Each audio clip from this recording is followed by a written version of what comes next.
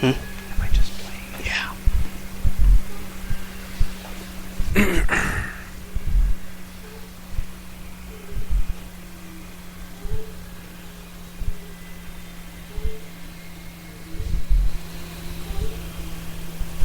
Need the stupid refresh. Boom. Done. Alright. Please welcome to the stage, Hugh Jackman as Wolverine from Wolverine the Musical.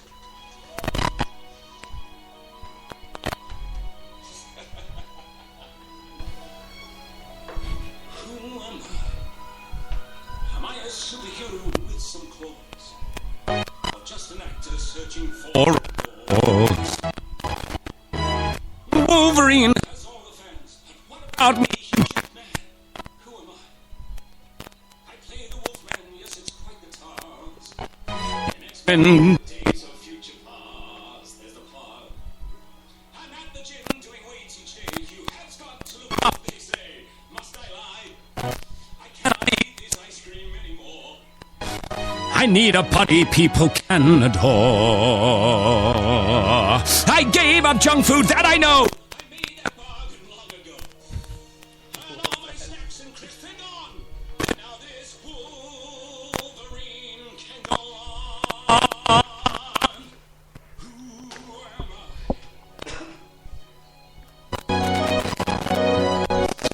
am Wolverine. This is gonna work. And so, my friend, you see it's Man Who am I? I am Wolverine. I haven't got it today. No. Too early. A round of applause. There it is. That was so beautiful. Ladies and gentlemen, I just have to say, first of all, after listening to that beautiful rendition of I Am Wolverine, I take back every bad thing I've ever said about Hugh Jackman. He's not only a great entertainer, but he's a great Wolverine. And I look forward to seeing him in days future past. And yes, Luis in the chat says, you said bad things about Hugh Jackman? Yeah. I was not a staunch supporter of Hugh Jackman up until the Wolverine solo movie. I don't know, he just didn't do it for me for a while. Yes, Lee gasp indeed. But I don't know. That was beautiful. Like, I couldn't have sung it better myself. But anyway, as always, this is Prometheus. This is Agamemnon. And you're listening to Straight Outta Austin, a proud member of the 4-Eyed Radio Network. Episode 109. Not even in a Wolverine versus Batman in a magic fight. You know, it's funny you mentioned that, because The Prestige was the first movie I saw Hugh Jackman in that finally got me to stop hating him from Swordfish, which is the main reason why I hated Hugh Jackman. It wasn't even that I didn't like him as Wolverine. I just didn't like Hugh Jackman because his character in Swordfish was a hypocrite. And granted, I realized, and I mentioned this on the Kelly Nova episode, like, I realized that he is not his character, but he still had that stain of such a terrible character from that movie. Melody says, Melody in the chat, thanks for joining us, first of all, said he didn't do it for you for a while, but now he does. Hot. Well, apparently if you saw him in the Wolverine, he was looking pretty chiseled.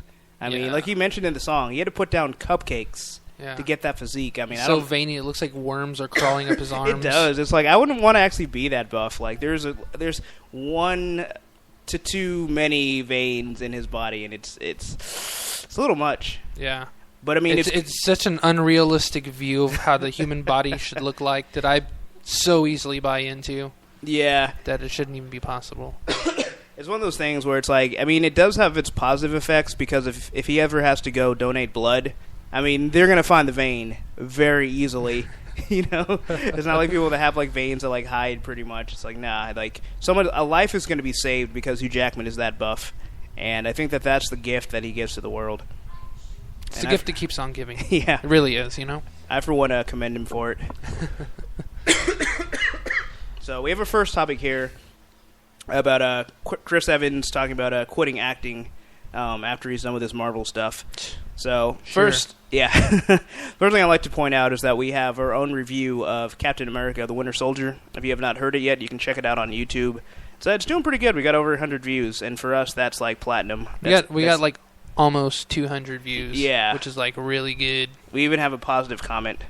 Yeah, we got like the fact that we even got a comment, it's like yeah, And there's not one that just says like that ass. averages.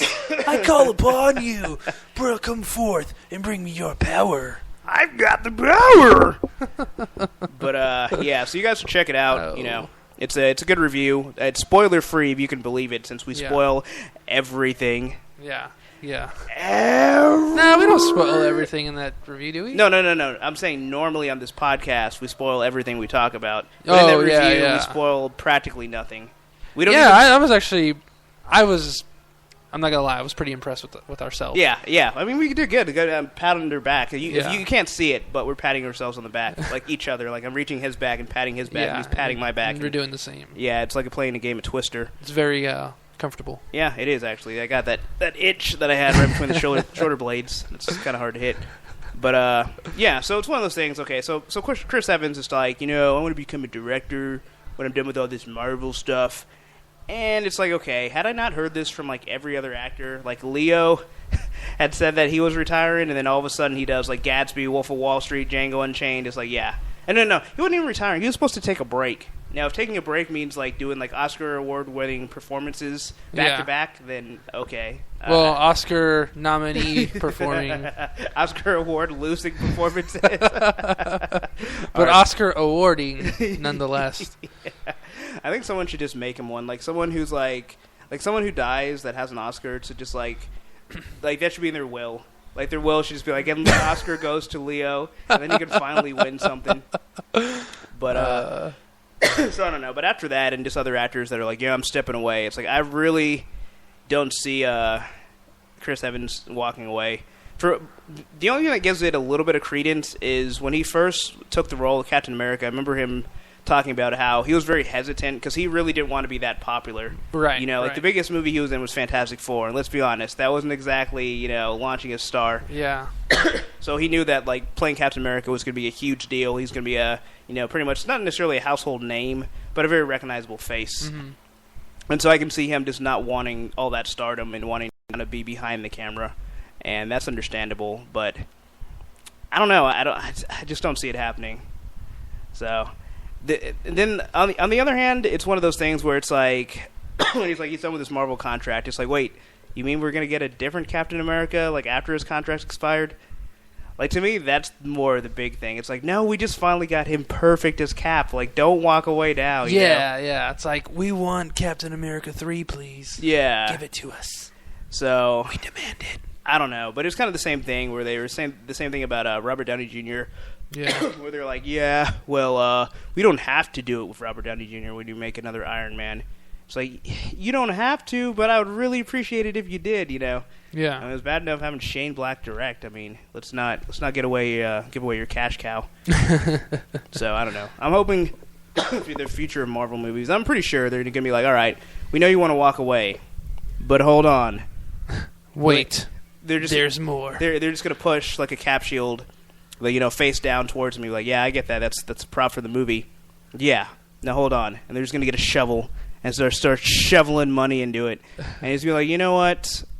I think we can work around this schedule, and I can still direct. Yeah. Because, I mean, that's the thing. It's like, it's not like he's doing a Cap movie every year. Like, I'm sure he'll have time to do other projects. Yeah, but I guess from now to the next one, if he decides to do a part 3, I'm sure production and filming is going to start, like, within another year. Yeah.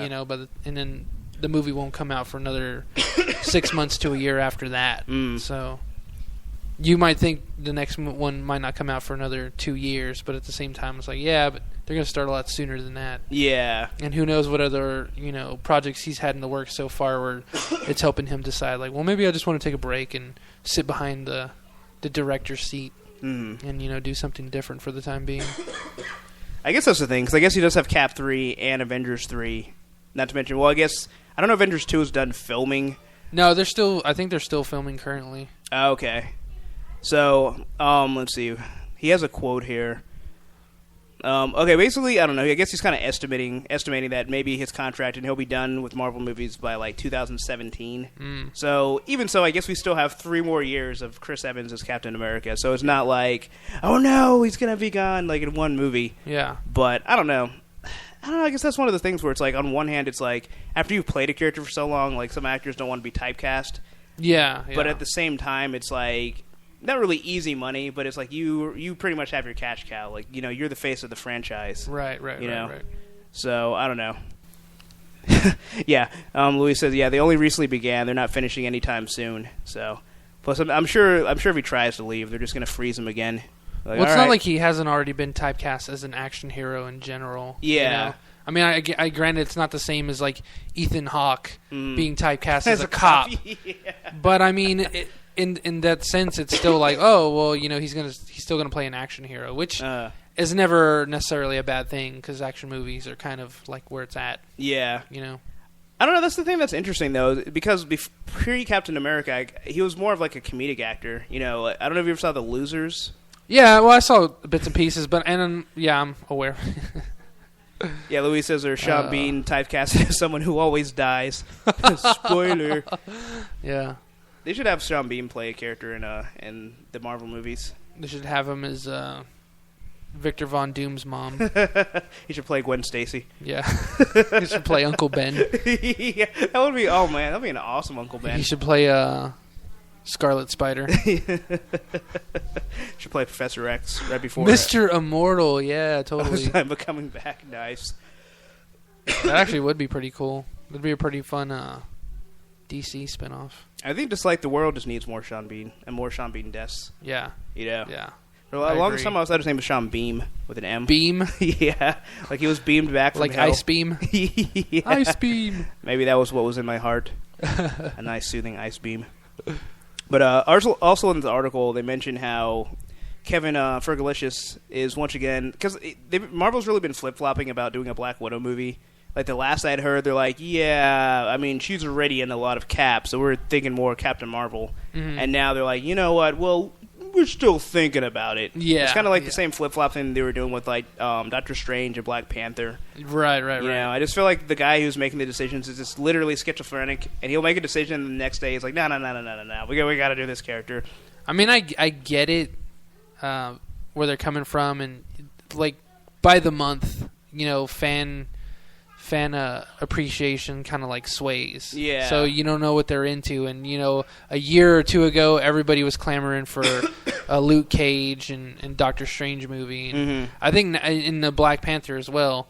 And now I think it's more like, well, the masses are kind of already satiated with the 4 TV shows that are coming to Netflix. And did we spoil it in the review? No. Okay, well, there's a certain character that gets mentioned alongside Bruce Banner that that S.H.I.E.L.D. has been keeping tabs on, you know, in case they become a huge threat. And it was like, yes, that is a movie that we would all want to see. And the fact that they even mention it so, like, casually, I don't know if it's casually, but it just, like, suddenly throws it out there, and then everybody in the audience is like, oh my god, did they just say that? Yeah, I got his name. It's a male hero, but... Okay, wait, never mind. I think we did actually spoil that part. Okay, so should I say it? Yeah, we just say it. Okay. Like I said, we spoil everything on the podcast. The actual reviews will be a little bit more diligent to not, but... Yeah. But yeah, yeah, so they mentioned Stephen Strange. Yeah, So they're like, who else, you know, because it's along with Cap and a couple other heroes, but like, who else, you know, what is this meant for? It's just like, just people who would be considered a threat, you know, Bruce Banner, I don't know, Stephen Strange also, and then everyone just like flipped their wings, like, Stephen Strange! It's like, oh my god, you're tackling me. Yeah. Louis said muted just in time. It's not really a big spoiler, it's more of a nod or an Easter egg, like, because it's one of those things where, like, to go back to the end of the Incredible Hulk, where they have the post-credit stinger, and it's like, yeah, where they have General Ross talking to Tony Stark. He's like, I hear you have a Hulk problem, and you're thinking that's going to lead into a Hulk versus Iron Man, and it leads into no Hulk sequel at all. Yeah. And the end of Edward Norton's tenure in Marvel. So I don't know, but I really think. Black Widow movie is not only warranted. I think it would have made perfect sense if they had one lined up for right after Cap. Because, like, she's exposed. Like, you see a lot of Black Widow. You get to see more of her than you've seen in any other movie. And I think exploring her past especially, like, if they did a prequel and it was just, like, a really cool espionage movie, they've shown they can do it. Yeah. You know, maybe give it a 24 vibe, because, you know, that's what I'm into. Yeah. And I think they could do just a really, really excellent movie, and it would tie perfectly into the Marvel movies, but also have its own feel as well. Right. So, I don't know, but I really hope they do it. Well, you know, and the other thing is, Captain America movie, the new one out in theaters, or about to be out in theaters, the cool thing about that is, like, in the first Captain America, you get the Howling Commandos, but you don't necessarily get, like, the feel. It's more like, I wouldn't even say the nostalgia, but it's just like, oh, cool, Howling Commandos, you know, this is an awesome nod. Yeah. But then you don't really get to see them in action or really work as a team. It's literally like when, you know, terrorists shoot down at Marines. Yeah. They all just point in one direction and shoot until everyone on that side is either down or dead or a combination of the two. You know, it's just Marine style. And that's all it was in the first Captain America. There wasn't like this cool like teamwork or I'm down or, you know, some kind of Saving Private Ryan feel to it, you know, where, you know, even though there's people dying in that movie, but like more or less, you know, every soldier's got each other's back. And here it's just like they're all in the line and they just start shooting towards the camera, you know. And everyone smiles, nods, and looks like a cool poster. Yeah. But in, you know, the new movie, you get more of like maybe how the Howling Commandos should feel. And this is like Nick Fury's Howling Commandos. Oh, yeah. You know, like that's, to me, like that's kind of how it felt. Like, you know, Cap's the leader and Fury is the guy that runs things, and granted, he's not in the big majority of the movie, but he's got some pretty sweet action scenes. Oh, yeah. And Black Widow pulls her, you know, her part, her weight, and so does Falcon, you know, and then Winter Soldier in that, you know, although he's the bad guy in the movie. But it's like, everything is great. Like, everyone has their own instances of action, and it's not like a flash of brilliance where, like, you know, Black Widow at the end of Iron Man 2, where you see her, like, fight a couple of those dudes, Hurricane Rana, and, you know, Happy still fighting that one dude and finally knocks him out, and he's all sweating. Yeah, he's like, yeah, I got this, and then all the other guys are knocked out. Yeah, it's nothing like, you just keep seeing, like, she has, like, 3 or 4 of those kinds of scenes throughout the movie, you know? So you get much more of, like, a teamwork feel, but that they can hold their own on an individual basis. Oh, so, yeah. I mean, that's one of the great things about the new Captain America movie. Not really a spoiler, but, you know. Yeah, I mean, top to bottom, it's just really good. Yeah, Luis said he's watching it on Friday, so. Go ahead. No, it's just one of those things, because it helps Black Widow more in pulling her own movie, because, like, when people go to see this movie, you know, they already love Scarlett Johansson, and a lot of people loved her as Black Widow in the Avengers mostly. But after people come to see The Winter Soldier, they're gonna be like, yes, we need a Black Widow movie. Oh, yeah. You know, it's not like we don't see enough of her. Like, we've seen enough to know that if she gets her own movie, it's gonna be good. Yeah. You know, it's gonna be fun, and everyone's gonna come out loving it. Yeah, on that front, Scarlett Johansson, I guess she was at the Winter Soldier premiere in London, and she said, if you want to see a Black Widow spin-off movie, then I want to see it. We'll see. We'll put in a request into Marvel tomorrow. So at least she's committed to it. Right. No, Kevin Fergalicious, get on the ball. Why do you keep calling him Fergalicious? Because that's the nickname that Luis and I agreed to. Oh, is that on the Comic Bubble podcast one? I think I mentioned it on this podcast. Oh, okay. And Luis really liked it. Plus, he puts the boys on Rock. Wow. Well, anyway, on that note, moving on to the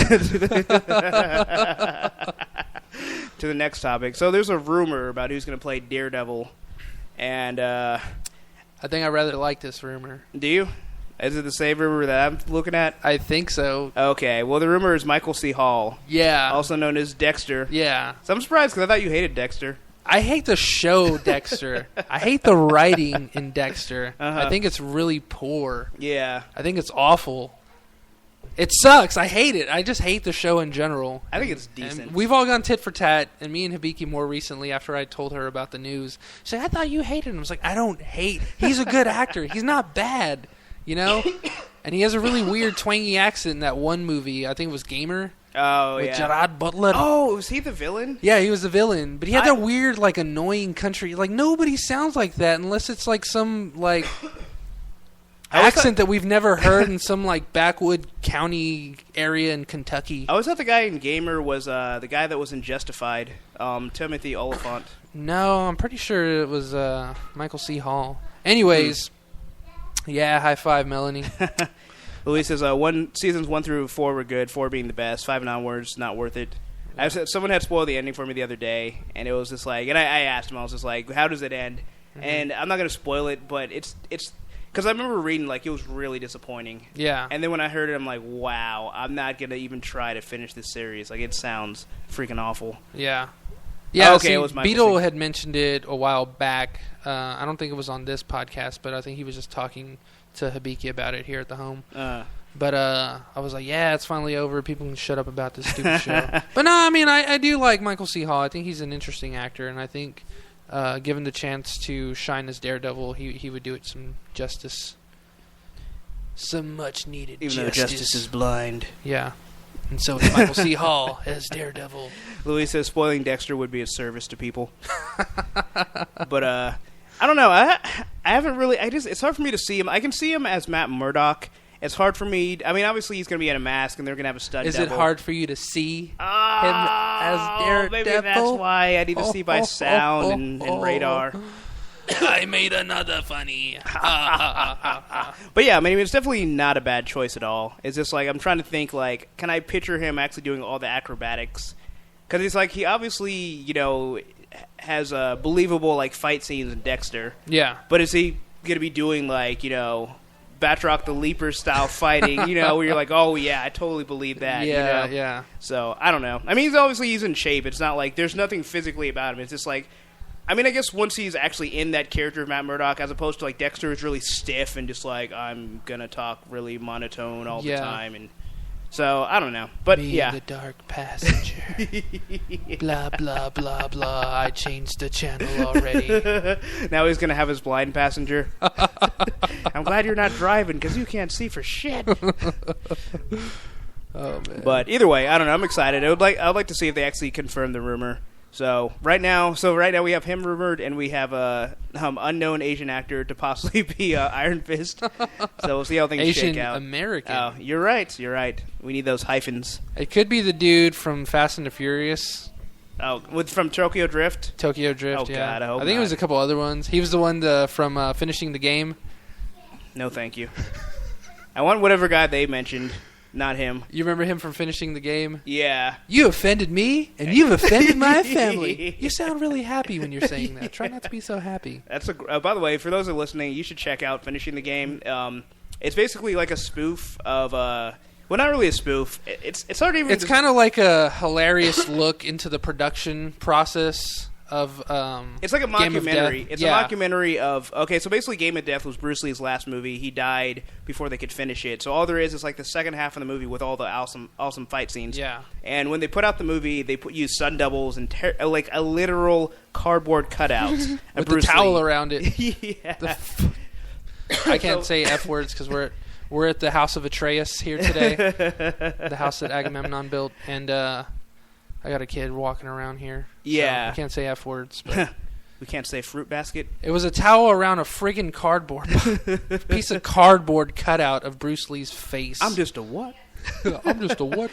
But Finishing the Game is like a mockumentary about all these actors that came in to play Bruce Lee to finish the movie. Yeah, yeah. And it's this really, really funny comedy, and it's very underrated, and very few people know about it. Right. And I would highly recommend watching it. Oh man, like I feel like the chat just like exploded. Like all of a sudden we got Anomaly Podcast in here. What up? And I am excited to have them join. I'm us. Steve Green, Damn and it. I'm the. Hang on. I was trying to find. I hate advertisements on YouTube. I finally found. Way to blow her spot, thanks. Yeah. Also, no. wait, hold on, I'm not done yet. And also, Kelly Nova's here, so shout out to Kelly Nova Yeah. of WordGirls.com. But yeah, go ahead. Well, in the last podcast, we were talking about Game of Death 2. Yeah. So I'm just posting that trailer there in case people didn't believe me. So you can check that out in the chat there, like folks. how awesome Game of Death 2 looks. How awesome Game of Death 2 is. I first found out about it on Angry Video Game Nerd. He was talking about it. Mm-hmm. And I was just watching the fight scenes. It's, like James Rolfe makes everything sound like awesome. Oh, yeah. He's like James Lipton. Maybe it's just something about James, except excluding me. But What about James Cameron? Pre-Avatar, yes. Yes, definitely. The Thing? Sure. Awesome. Never saw it. Really? You never seen The Thing? Yeah. I'm pretty sure that was James Cameron. I have no idea. Anyway, go anyway. go on. No, I'm done. Oh, no, but what you were saying before James Cameron? I don't know. Something James Cameron. Game of Death 2 is awesome. He fights Don freaking Corleone. He fights the man with no name. I'm pretty sure he fights a Predator too. Nice. This was like 10 years before Predator even was a thought in James Cameron's head. He invented predators just so we could hunt them and kill them. All to save his brother Bruce Lee's soul. Nice. Well, that's a worthwhile goal. Yeah. Jen from Anomaly Podcast says, "What's up?" Hello. Louis says you just gave him a name. The man with no name. What's his name? The man with no name. What? Moving on. Alrighty. I am now controlling direction. Yeah? What's the next topic? I don't know. Second Arrow spinoff of possibility, says the show's producer. So I'm guessing they're about his whiny sister. Oh God. Okay, now you just got me on a tangent before I even introduce this topic. So I really want to like Arrow. Like Arrow has the makings for a show that I would be into. Like it's dark. Arrow shoots people in the eyes with arrows. You know, it's got cool superhero stuff. It's got Crixus from Spartacus. Like you can't go wrong. It's so great. But it's a CW show. And the CW just has to just put in all the melodrama, and it's like everybody acts like they're in grade school. Like I don't want to wait. Yeah, for my life to be over, for this arrow to puncture my brain. Yeah. So it's like everybody from from Arrow's sister, who's like she's the only legitimate person that should be acting like that because she's a teenager. Yeah, she's still acting like a kid. Oh my god, WTF, guys. Oh my god, are you gonna wear that hood out there? Like you know that green clashes with your eyes. No, it's not that bad, but it is literally like I wish you died on that island. It's like, dude. It's your brother. Come on, so he didn't pick up the tab at the bar. Like, is that? I said that to my brother once and immediately regretted it. You know, was it for We were playing like Madden on Super Nintendo, and he kept banging the controller on it. We had twin beds, and they had I don't know. My parents had weird tastes in like wood theme things, so they had pine cone, what do you call it? The little things on the corner. Like they had pine cone corner posts. Oh, I know what you're talking about. Yeah. And my brother would swing it around and just like let the Super Nintendo controller like hit it at every and I was like, "Stop it, dude." And then I told him I hope he dies. And he continued smashing. He was like, "Die this," and just smashes the controller. Yeah. So no, as it hits like the wood oak floor. Buttons flew everywhere. It was horrible. Oh, but I still won Madden.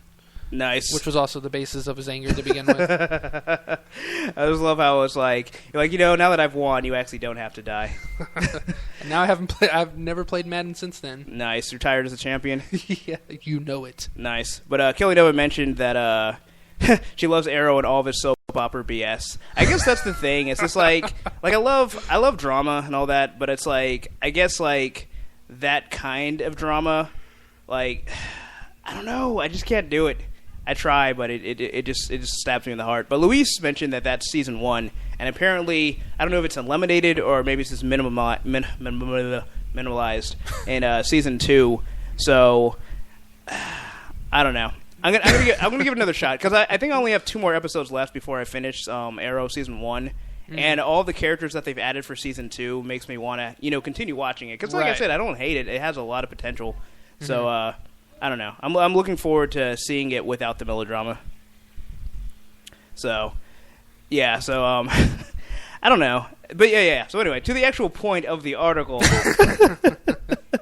So they're talking about doing a spinoff, mainly starring Arrow's crazy ex-girlfriend, Helena. Bella Crazy.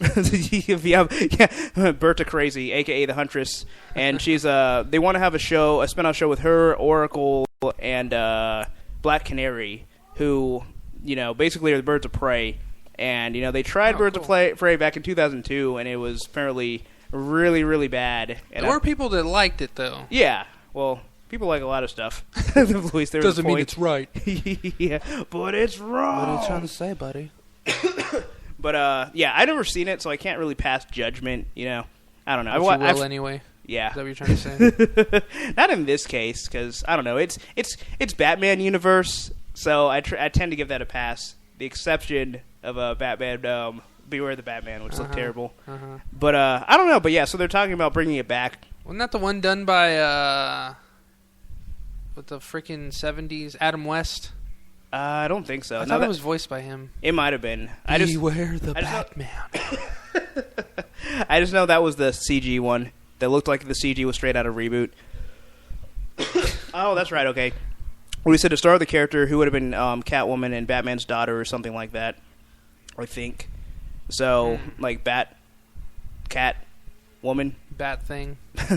I don't know. But either way, but I think it would be cool. I mean, they already have that universe, and I think it would translate very well to what they're already doing with Arrow and Flash, and it can just expand more into that universe. And who knows, maybe we'll even get like a Robin or even a Nightwing or something, because, obviously they're trying to put the kibosh of actually having Batman on TV ironically, mainly because of Birds of Prey. But I think if it does well, maybe that will reverse things, and maybe we'll actually get like a Batman series as well. Maybe, yeah. So I think that would be interesting, and that's exactly right, Melanie. Bat-Catwoman with the little copyright symbol in the middle for the cat.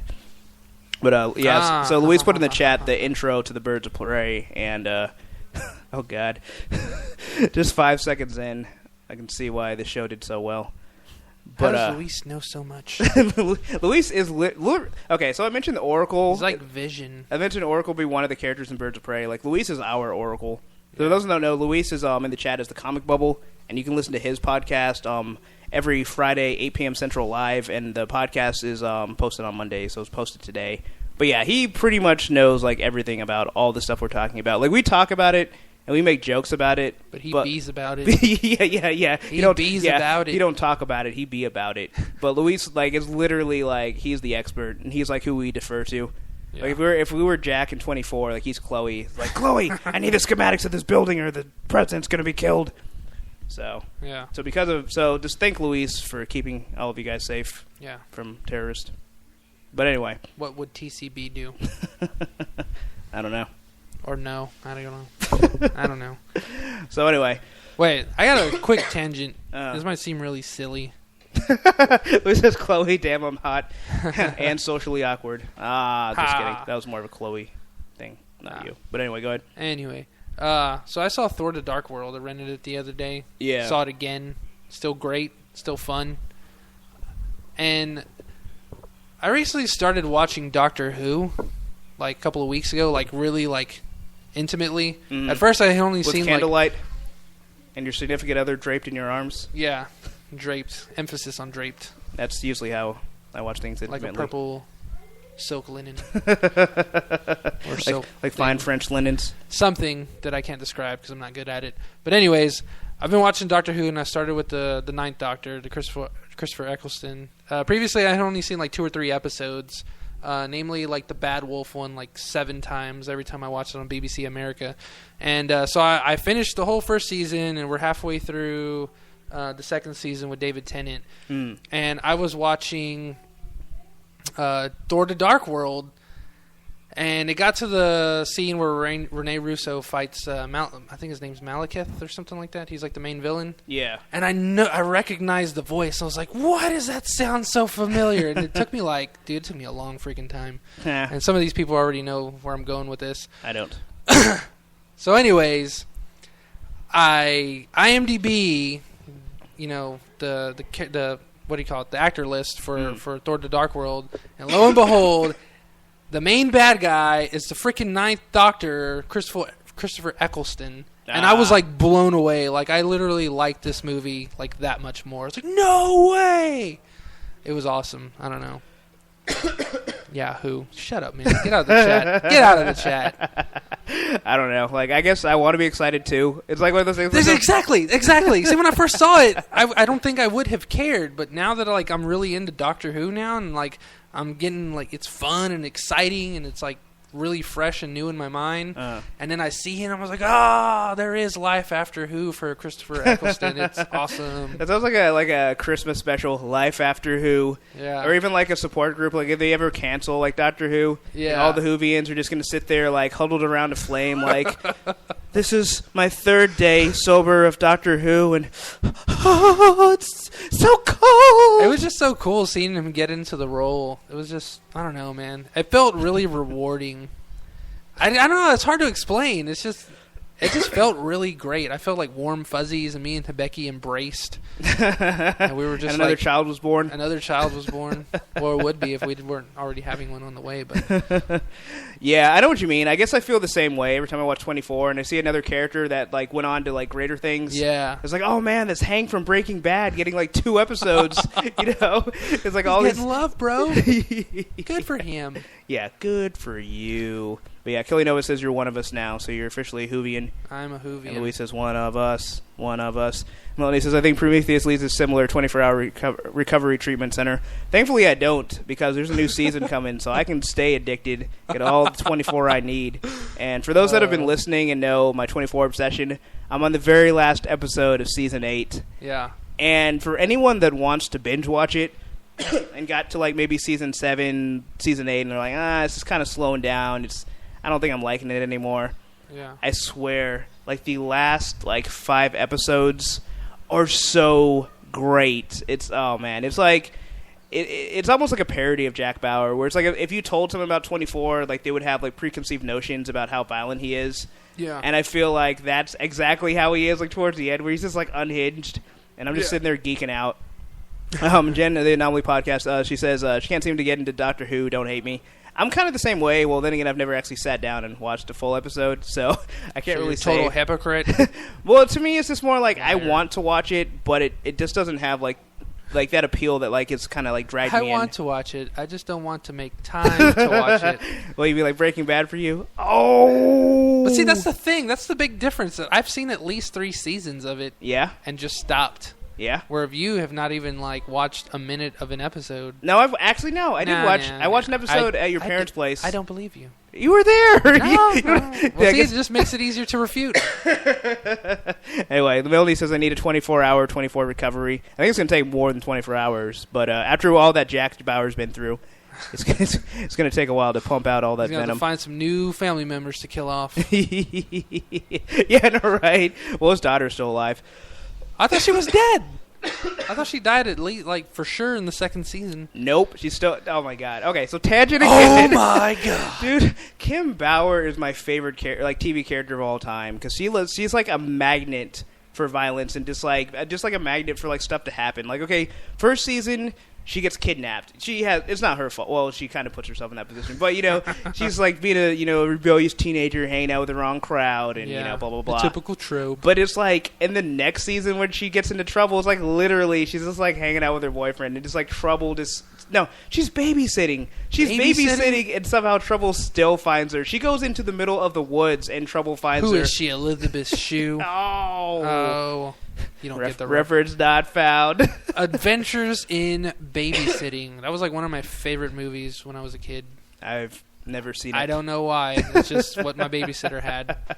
She's like, aren't we going to go on adventures like this? Like, I hope not. I'm afraid of heights. Yeah. I don't want to be dangling from a skyscraper. Nice. Jen of the Anomaly podcast says, Casey and Sue, the hosts of their support show, Anomaly Supplemental, cover Doctor Who regularly, so she feels like she didn't have to. So, it's cool because, you have kind of a rotating cast, so it works. It's kind of like everyone kind of is like a master of their own domain. So, kind of works. Well. Sorry, I'm like reading the chat. I'm trying to keep up with what everyone's talking about. Something about... I do want to meet Thor. Yeah, Thor was like the basis of this little girl who was getting babysitted in the Adventure. Oh, okay. So I was wondering. I was like, "Where's the Thor part?" And then they meet him, and then she's like in awe of Thor. Like she's literally wearing the Thor helmet and walking around with a replica Mjolnir. Nice. And then meets us like this big buff dude. Unfortunately, it was not Kevin Sorbo-esque. You know what? But I smell reboot. Adventures in Babysitting under the Marvel banner with Chris Hemsworth as Thor. Loki's like he's like manipulating things behind the scenes. This is quite an adventure. And then he slams down a mug. Oh, have another. Yeah. You know what would be an awesome reboot? that I'm sure everyone would hate, but I would love. And they rebooted The Labyrinth, and instead of David Bowie, they had Tom Hiddleston. Oh, Can you imagine? I think with cameo appearance by David Bowie. Yeah, like maybe he's like he'll be like the same character, but he's like just like the grandfather, and it's just like this him with like this really big fake beard. Yeah, and just like Loki just screwing around with everybody. Oh my god, I need to see a movie with Hiddleston and David Bowie. And then they play like a father-son combo, like a buddy cop movie. No, not even like father and son, and they go on like crazy adventures cross country through Middle America. I must have it. That does sound heartwarming. I guess Kelly Nova says Adventures of Babysitting and says he was a mechanic and a huge jerk until he broke her heart and she gave him her helmet. So nice. That actually sounds very touching. I don't remember that part. I just remember seeing it a lot. Like I didn't remember a whole lot of Ninja Turtles, but I watched that movie undyingly when I was small. And when I watched it with my son more recently, like I think we're up to like 40 now in the past couple of months. Wow. All Turtles 2? Yeah, all Turtles 2. Nice. And now there's just things ingrained in my head. We're like, I don't remember this part. I don't remember this one. And now it's just like, here it comes. Now you just dream Come about back, cold cuts. then my son starts running around saying Farajaka. Yeah. And now he's running around saying inconceivable. Nice. He's just yelling, inconceivable. He was doing it at HEB yesterday. Very loudly.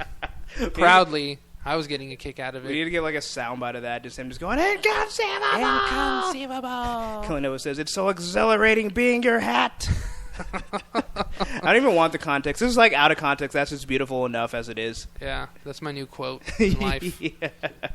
But anyway, so moving on to the next topic. I don't even remember what the last topic was, but whatever. Yeah, whatevs. Let's just go live. Yeah, let's do it live. But anyway, so there's been all these rumors about The Rock coming to the DC Marvel universe, the DC movie universe, and there's been there've been rumors that he was going to play Jon Stewart of The Daily Show, play Lobo and what's his name, Black Adam, and so he confirmed that they've been in talks, quote unquote. And when I first clicked on this article, I was all excited because I thought it said like, "Oh, they're going to say who he is." Yeah. And all it is just like him like beating around the bush of who he might be. Yeah. So he mentions he's like, there's been mutual interest with myself and DC for many years to find the right character. I, like everyone here in the room, love superheroes. There's been mutual interest with us for years. Didn't you just say that? And we've been having ongoing discussions, myself and DC, for years about the right character. What the right character would be. That's another thing, too. It had to be right. I won't tell you who it is, but I'll tell you the three qualities we're looking for, okay? The first quality we're looking for is that he has to be extremely complex and have a lot going on. The question. What's up? The question. Oh, the question? Well, isn't the question a woman? Or is that the question? Post 52, yes, because the original question died. RIP. Yeah. The new question should be Michelle Rodriguez. But anyway. So what does that do for me as an actor? Or what that does for me as an actor in the studio is it gives us space that we can explore his complexities. The other quality was that he has to be a character that's never been brought to life before, but's well known. Ralph Dibny. This is that gives him a little bit of space to expand on the personality. So everything says like the third thing is he has to be a badass MFer, so he can be on the power level of Superman, so they can throw down. So it's like in those three qualities right there, I'm happy we found that character. So the only character to me in the DC universe. Wait, can I say it? Yeah, Hawkman. Hawkman. I was gonna say Aquaman. Because he's OP. Dude, and brown Aquaman, and I could get behind that. Well, he's in the water all the time. He's on the beach tanning constantly. Yeah, totally, I get it. I would love to see him be Aquaman. That's like perfect. That's right up his alley. You know what's funny? When you said question, I thought you had a question. I didn't realize you're referencing the question. No. Yeah, I have the penultimate question for you. Stop everything you're doing. Yeah, Louis says the second question is Renee Montoya. Yeah. I actually knew that. That was like the first trivia that I knew. Which is why I said Michelle Rodriguez would be perfect. Oh, and Kelly Nova says the bird hat is from The Labyrinth. Okay. Oh, that's right. Confession. I've never seen Labyrinth. You should see it. It's some good Jennifer Connelly. Oh, really? Yeah. I mean, it's good. It's like it's one of those things where if you watch it as a kid, you would love it. But it's still fun to watch this as an adult. It's because it's like it's so creepy with those puppets. See, and I'm not big on puppets. Neither am I. But I enjoyed Dark it. Crystal still terrorizes me to this day. Then you'll probably be terrified of like the one scene where like the puppets are like ripping their eyes out. Even Kroll.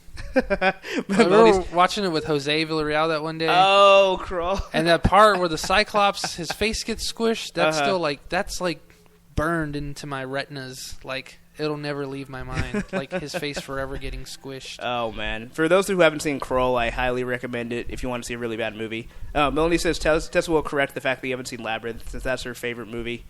And Louise says Dark Crystal equals awesome. But, yeah, Labyrinth isn't as creepy as Dark Crystal. I haven't seen Dark Crystal, but I've heard, like, yeah, it's really, really it's creepy. It's weird. Those little things. I don't know what they are, but they're on the cover, and they look like I should be calling ABC Pest Control. You need Black Flag. We kill him dead.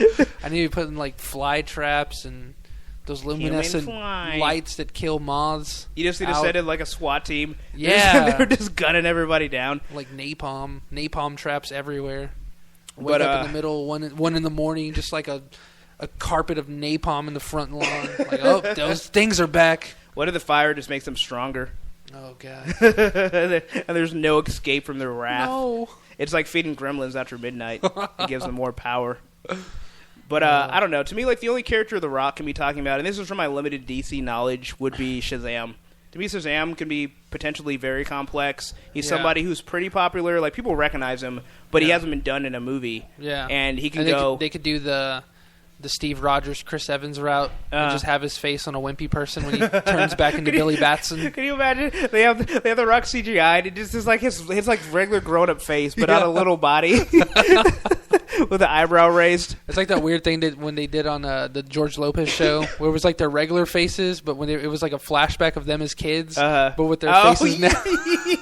That's exactly how I was imagining it. Yeah, he just has this giant head that looks like one of those bobbleheads. That was the best part of that show. We go back to the last thing. And Jen asks, she says, "What about Yoda, the puppet Yoda? Are you afraid of him?" No, not as much. It's still weird when he goes on Luke's back because you think he's just like gonna bite his neck off until like his head just falls, hits the ground, starts rolling a couple of feet down the hill. He just like starts sucking his blood for sustenance. Tasty you are. God, his O negative blood is. Metachlorians I have. He's like, all right, that's it, Yoda. Get off. No prequel talk. Way off their planet this is. Not even from Dagobah I am. Just moonlighting. But yeah, I don't know. But I would love to see The Rock play Shazam. I think Shazam in general, to me, is like a no-brainer of a character. Yeah. Because especially if you want to bring kids into, you know, the whole superhero franchise. Yeah. Even though DC's trying to do it more dark. And then, yeah, The Rock's like the perfect person since he's a huge wrestling personality. Yeah. And kids love wrestling.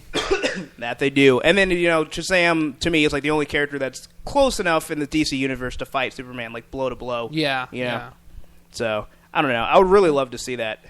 But I don't know. It's still completely up in the air because like that, I don't think his description could have been more vague. Yeah, you know. Yeah. I mean, because if you look at like what is it, Justice League Flashpoint, like Aquaman, Superman level practically. Yeah. Like he's destroying everybody. He's getting shot and just shrugging off bullets. It's like I understand you got swimmer's abs, but that should not stop a bullet. You know? So I don't know. You shot me. you shot me right in my washboard abs, bro. But yeah, or The Rock as Aquaman, I think would be also equally epic. Melanie Y. What did you say? LL Cool J should be too. His superpower being lip licking, licking and stealing beats and lyrics. He could be like Captain Cold or something. I can see like LL Cool J being a superhero if this were like the 90s. Like he could be in like you know how they when they made like Triple X with Vin Diesel, and then they replaced him with Ice Cube for the sequel. But they would call him the Kango. But but I see them doing that with like Steel 2. It's like Shaq didn't want to come back, so they replaced him with LL Cool J, and he just has like this metal tongue licking these lips, and just has like that like nails on the chalkboard for like sound like every time he licks his lips. It's like steel sharpening steel. yeah. It sounds so like weird. It like moves around like a mecha dragon. It'd be like in a horror movie, and he's like chasing down the bad guys, and like you just hear like the sound of someone like sharpening a sword, like. like, steel is coming, and then someone just gets like impaled, like, oh god, and he's like, that's what happens when you try to finesse steel. Yeah, he even has like the steel Kangol hat like embedded into his costume. Yeah. It's just nothing but product placement and advertisements for chapstick. We said he'd watch that. You know, if they did it in traditional 90s cheese, I think it actually has potential to be pretty amusing. Maybe even like Last Dragon style. Oh, man. You possess the power of the moon. That's how the song went. Yeah, it's a great flick. I enjoyed it. Well, I wouldn't say great. It was gregreat for killing Saturday night at 2 a.m. Yeah. Show enough? Hey, Show enough? He was the baddest in was it Harlem? Yeah. The baddest Shogun. The Shogun of Harlem. That was his name. Where do you find a Shogun in Harlem? I don't think that... Let alone the Shogun of Harlem. I don't think that the governmental structure of Harlem warrants a shogun. Yeah, like, I don't there think, even is one. I don't think you can, just position yourself as shogun. I think there's other levels of government that you need to have. Maybe like Shogun of like the Dynasty Walk. I was gonna say the Shogun of like 35th Frank's and on Blot Records. It's like I just love how he shows his dominance by beating up people in a movie theater. It's like, I'm the Shogun. It's like, no, you're a bully and you've committed aggravated assault. It's like a bad version of the Warriors. Yeah, oh god, come out and play. Oh man, so yeah, I don't know. Moving on. So, I don't know if you guys are fans of Mystery Science Theater 3000. No. Well, yeah. too bad. Man. So apparently it's canceled back in '99. Yeah. Because Y2K and all that. Mm-hmm. And so since then they've been online as riff tracks, which I've still yet to see. But apparently, they rip on like movies with licensing. Okay. So like The Matrix, Lord of the Rings. Interesting. Like that. Might have to check that out. But so basically they're coming back to television. Yeah. However, they're only coming back for 3 episodes. What? On National Geographic. Huh? Because it's educational. You learn so much. Or are they gonna be like doing what they do, but with like a lion safari or something? Yeah, they start ripping like. I bet that deer didn't pay his light bill. They have like Jack Hanna, and they're just like ripping on it. Yeah, I don't know. I mean, I guess I don't know why they would choose. Okay, well, actually, here we go. I guess I should have actually read the article. It says dubbed the total riff-off. Oh. It says the special will find the gang poking fun at National Geographic programming and footage of animals. So it says what's up? Too bad Pawn Stars isn't on National Nat Geo. Yep. Oh, never mind. That's Storage Wars. Yeah, Pawn Stars is totally different. Oh god, Pawn Stars it's so bad. Okay, tangent alert. 7th one of the night. Yeah. So I watched like I don't know, a lot of episodes of Pawn Stars like in one sitting. You know, it's like one of those days you're in the hotel with your family and it's like, well, we only got one channel that's coming in. We're going to watch Pawn Stars. Wow. So it's just so annoying. It's like, okay, I understand it's reality TV for one, so that's one strike. Two, it's obviously fake and scripted, so that's another strike. But like even the characters that they've written for these guys are such jerks. Because like people will come in with like these really cool stuff and they'll praise it and be like, all right, so this boat, like they had one that was really cool. It was like before jet skis came around and they had like this one-person boat. And it was this cool thing. It was like, oh man, I want to save up 10 grand so I can drive around in one of these boats. Yeah, that's cool. And I was like, oh, that's awesome. And they're like, yeah. So they tested it, made sure it still ran. And they're like, all right, we appraised this at $10,000. We're going to give you $2,000. And the guy's like, you literally just told the dude it's worth $10,000. Yeah. They're like, well, the store's got to make money. It's like, yeah, an $8,000 profit. Like, and they do that to people all the time. Like, people will be desperate. They'd be like, man, I got to pay my rent. It's like, I just made a deal with the mob. They're going to break my fingers. I got to get like $1,000, man. They're like, we'll give you $200. They keep saying, F you, pay me. yeah, right. Joe Pesci keeps coming to my house, leaving voicemails.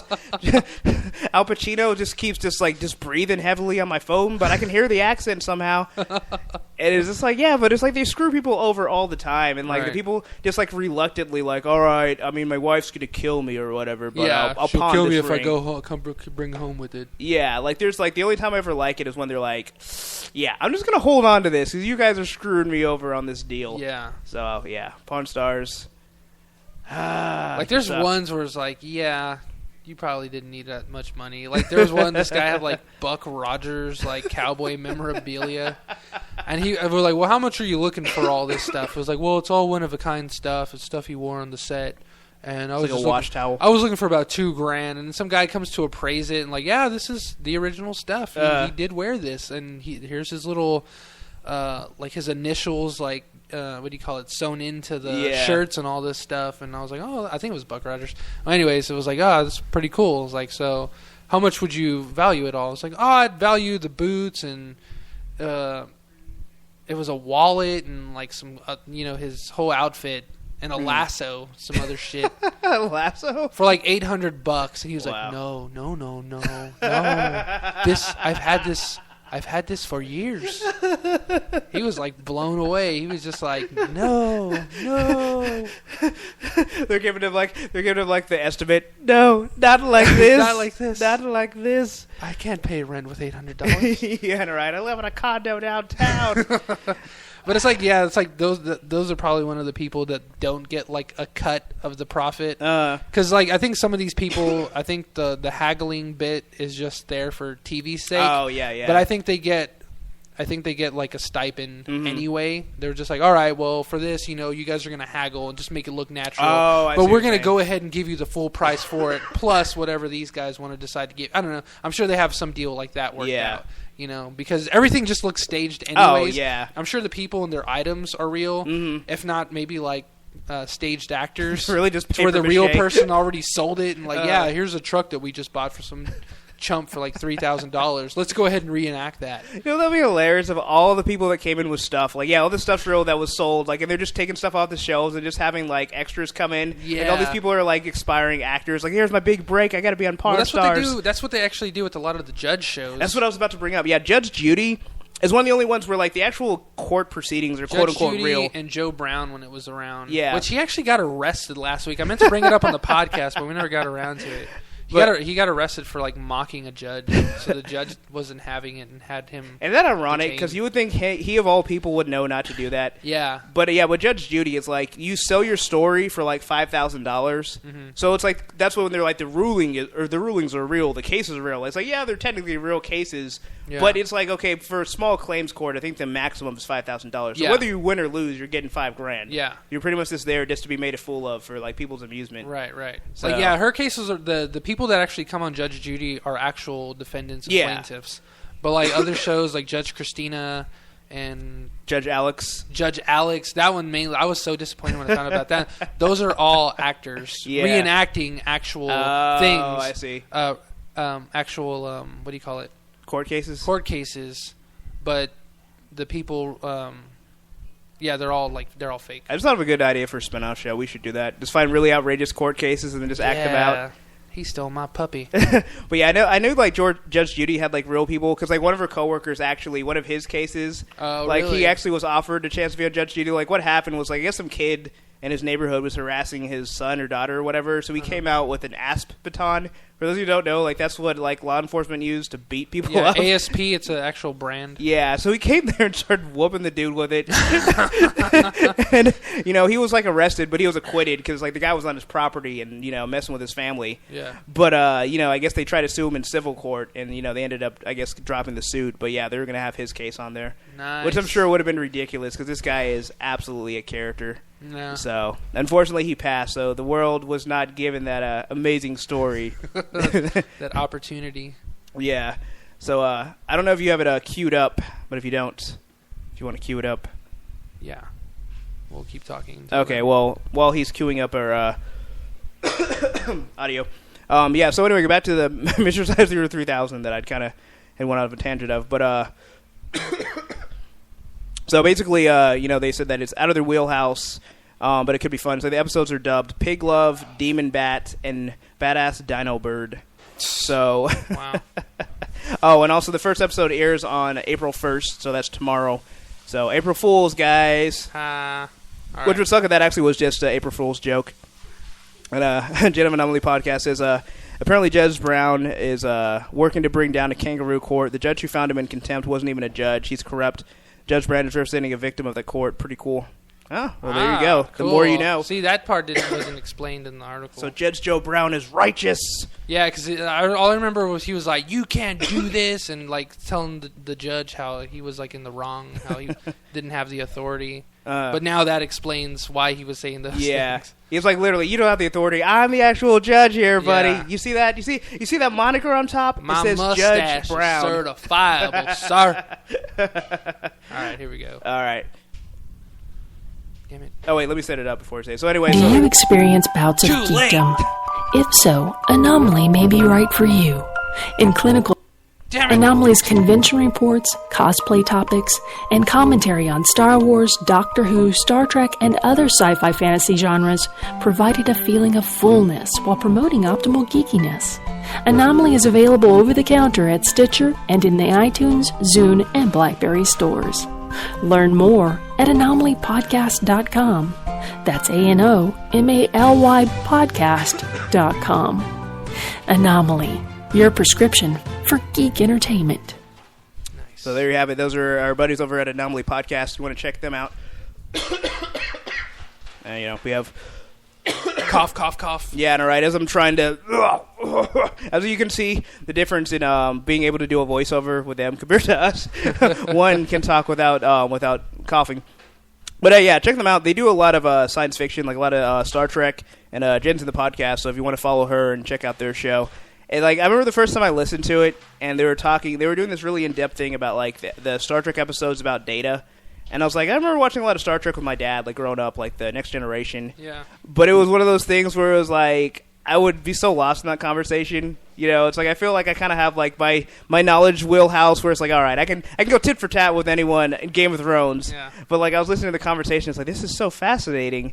I don't know if I could be on this podcast because I would just be sitting there with your head in your hands oh, man. I'm learning. Yeah, basically. I'm here for observation purposes only. Yeah, it's when a little kid sit there with a notepad on the ground and they're just writing that would be me. All right, episode what? Wait, can you repeat that, please? Yeah, right. Okay, season 3. Sweet. So because back then I didn't even know the concept of seasons and stuff. I just turned on the TV and shows started playing. Yeah, yeah.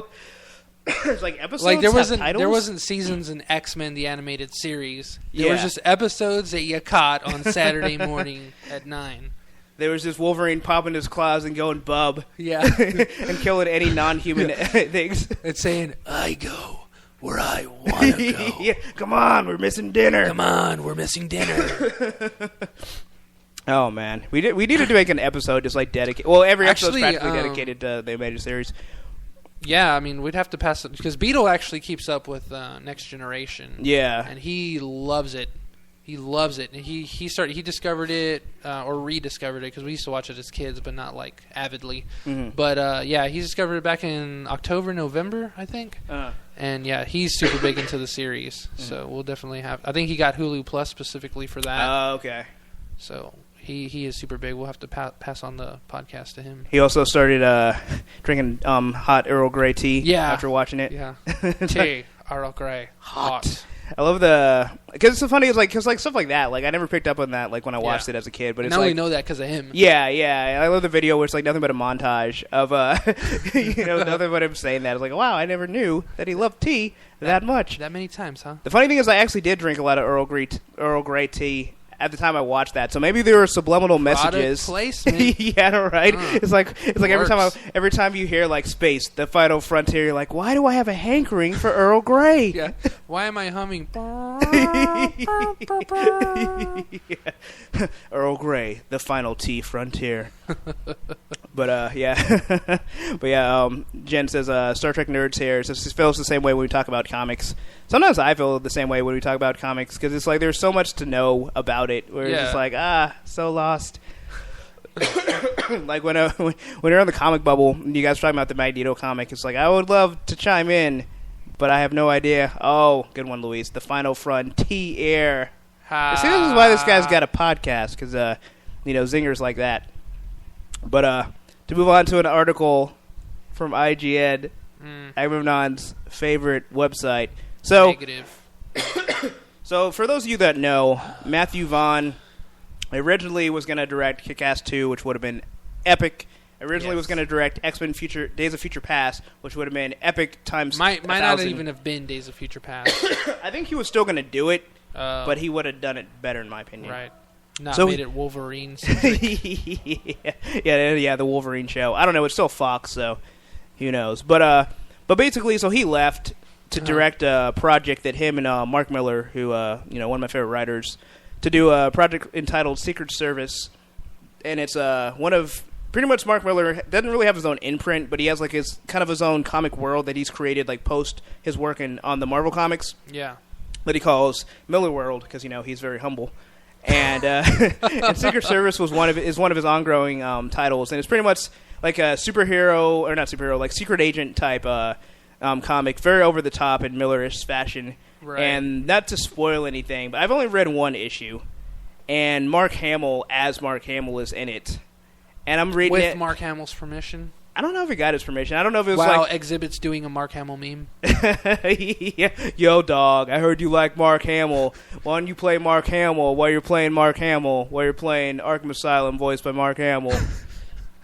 So, I don't know. I mean, I don't know if he got his permission, but he's a public figure. Right. But either way, so this is spoiler, so Luis, if you want to mute it, if you plan on reading Secret Service. But Mark Hamill dies. He like they're trying to save him. Like the whole thing is he's like a target for an assassination plot, and he ends up like driving off a cliff or something.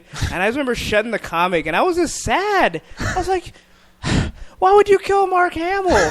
What did he ever do? Like literally, if it was any other actor, I would not have cared. But it's like Mark Hamill is like he's a saint. Yeah, he voices the Joker and Hobgoblin. Like, why would you? He's Wing Commander.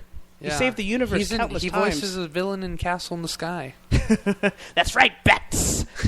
So, I don't know. But I haven't finished it, but Mark Miller stuff tends to translate to, exactly, no.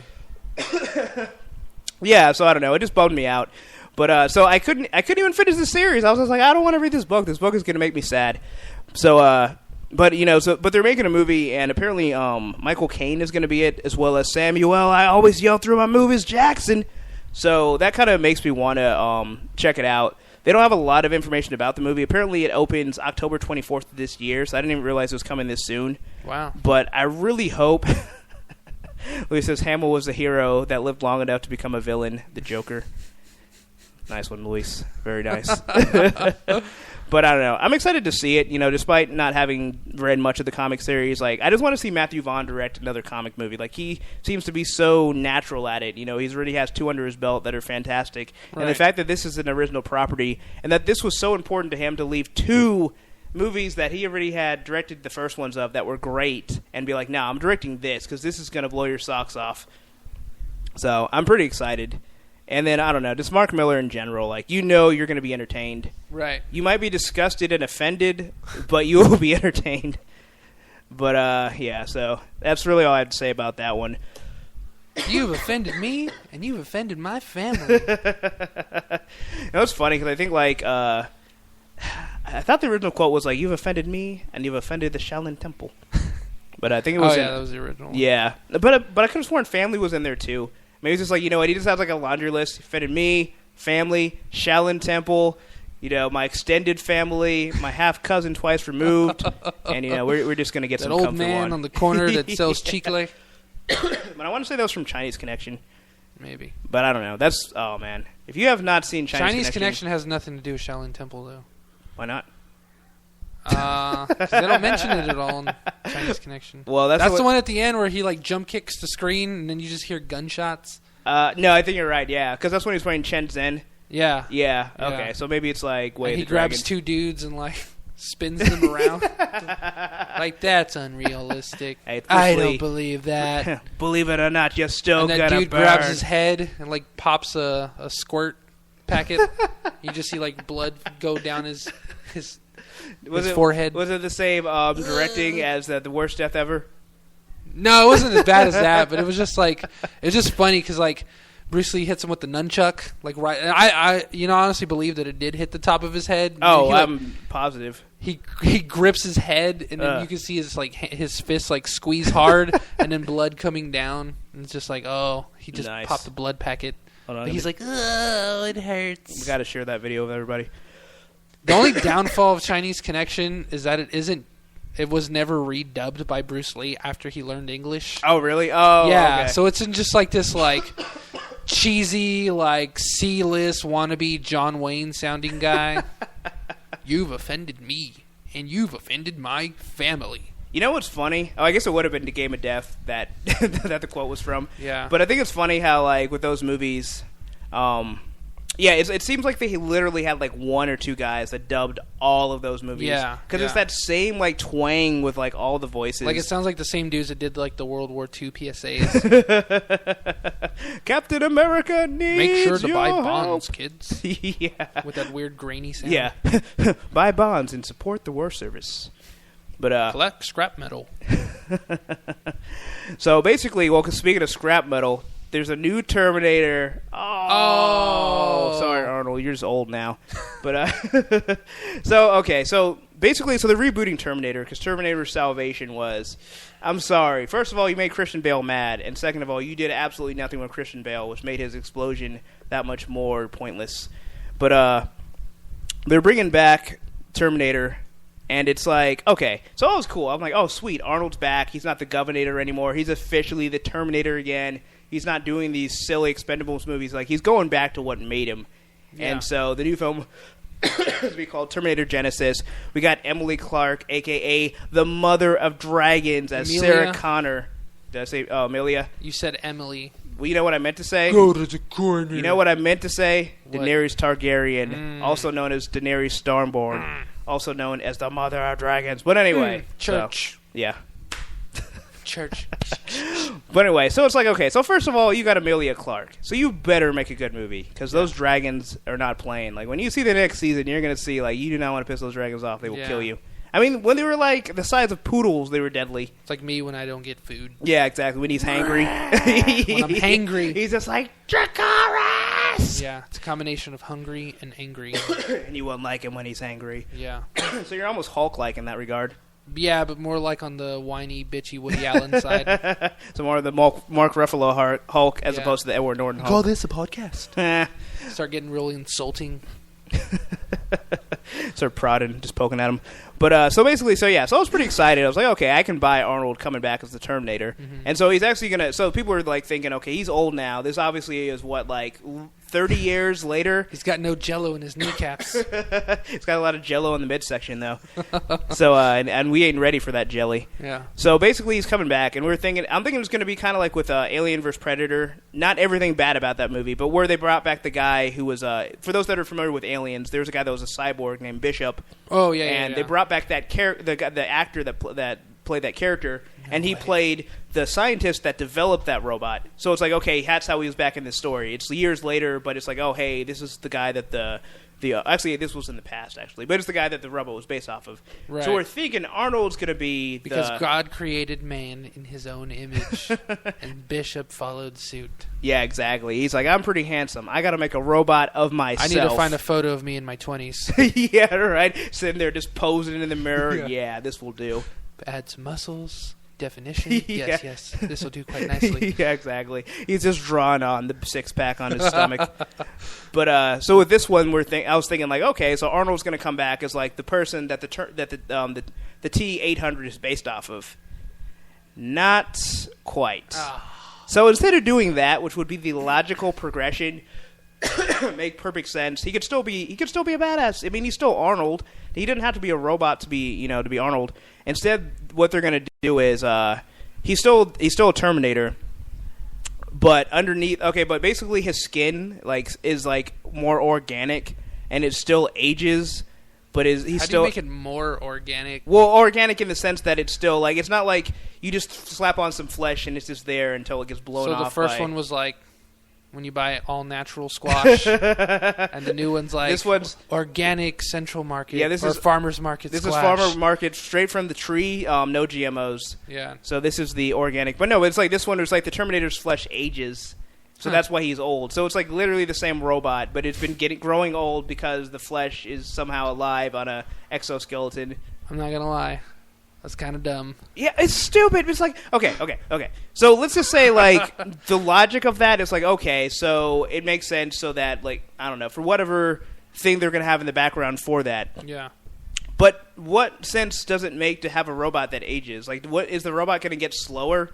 Do the muscles also age? You know, because you have a metal skeleton. So is he essentially just Wolverine then? Does he turn into like the Tin Man? He But, needs like- to be like oiled in the joints every like 25 minutes in the movie.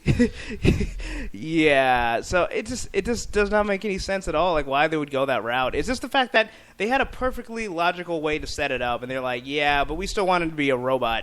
Or you know what they could have done instead of this, besides anything, and they could have just made him really vain. And he's like, no, I still look good. Make the robot like I look now. Because I look even... Like, I've aged... Like, I'm a fine wine. I look even better, so make the robot older. Like, you know, I would have bought that, where he was just, like, full of hubris, and he's just like, yeah. He's just, like, checking himself out, and he's just looking at this army of you know, Arnold Terminators. Like, that would have made more sense. Right. But it's like, what use is there to have a robot that ages? I mean, maybe that's the reason why... Well, never mind. I was going to say that's the reason why the machines haven't won, but it seems like they were winning in Salvation. But I don't know. I can't... If anyone has any idea how you could defend this, I would love to hear it, because I have no idea, like, where they're trying to go with this. Like, unless it's... the only... Actually, you know what? The only thing I can think is kind of what they're going for with Salvation, where they're kind of having like someone that can infiltrate the humans. Yeah. And no one's going to expect an old man robot, you know? Yeah. It's just like, hey guys, I just came over to borrow some sugar. I just got into the soup line. Yeah. Matlock was finished, so I thought I'd come over to your secret headquarters. So it's like, Get down. So it's like if he's You don't know what you're doing. yeah, get down again. I You're thought fucking with the timeline. you come into my machine factory and eat my cookies. So I don't know. If he's supposed to be more of a spy and like more unsuspecting, I can see that. Yeah. But even then, they could have just gave him old skin instead of aging skin. Yeah. So unless they Hot dog skin. Hot dog. extra mustard. They should have just got like Hulk Hogan or something. Oh what the yeah. hell? Yeah. Well, thankfully they didn't go that route. Yeah. But I don't know. But I don't know. But if they had it where like he's embedded in the Resistance, I don't know at what point. Well, I guess if Sarah Connor's still alive, so I guess they're going back in time again to try and kill John or Sarah Connor. I was just kidding. I was taking a hot molten bath. Yeah, right. I came out first. Yeah. So let's say it takes place within like a similar timeline of the first two movies. So they go back in time. He's trying to kill Sarah Connor again, and maybe they're just trying to make it seem like, you know, okay. So he sees a familiar face of the Terminator. As you know, no, why did they even bother trying? She dies from cancer. Console wasn't fast They enough. should just go to John Connor and like, instead of having a crazy T1 million or whatever the hell she was, and TX. yeah, the TX. They should have just had a girl done Full Metal Alchemist style. Like Lust, in Full Metal Alchemist. Yeah. Pretend to be John Connor's boyfriend or girlfriend, whatever, and then boom, kill him in his sleep. Yeah. Resistance over, robots win. You know they End of film. You know what they should have done like at the end of Terminator 2? To send back two T-1000s? It just keeps sending them. Like I mean, okay. Obviously, your entire labor force is all robots, so you're not paying them. So you have like all these resources at your disposal. Oh yeah. It's like your entire war effort is based on killing this one person, and you're only going to send one thing after him, or send one T-1000 leading like a squadron of TXs or T-800s, or send a T-1000, send a TX, and send like 2 or 3 T-800s. Yeah. And if that doesn't get the job done, just just send like the robots version of Delta Squad. Yeah. You know what they could have just done? Send a Terminator that can shoot an EMP. Disable the other Terminator and just self-destruct. Yeah. You know, they could have done a lot of things. Baby nuke. Yeah, baby nuke. Complete nuclear warfare. They should just make a Jack Bauer destroy Terminator. humanity from the inside. Yeah. Not even worried about it. Not even worried about taking over the humans directly and having to deal with the Resistance. Just let them annihilate each other. And reap the benefits of an arid, dry, radioactive wasteland and call it home.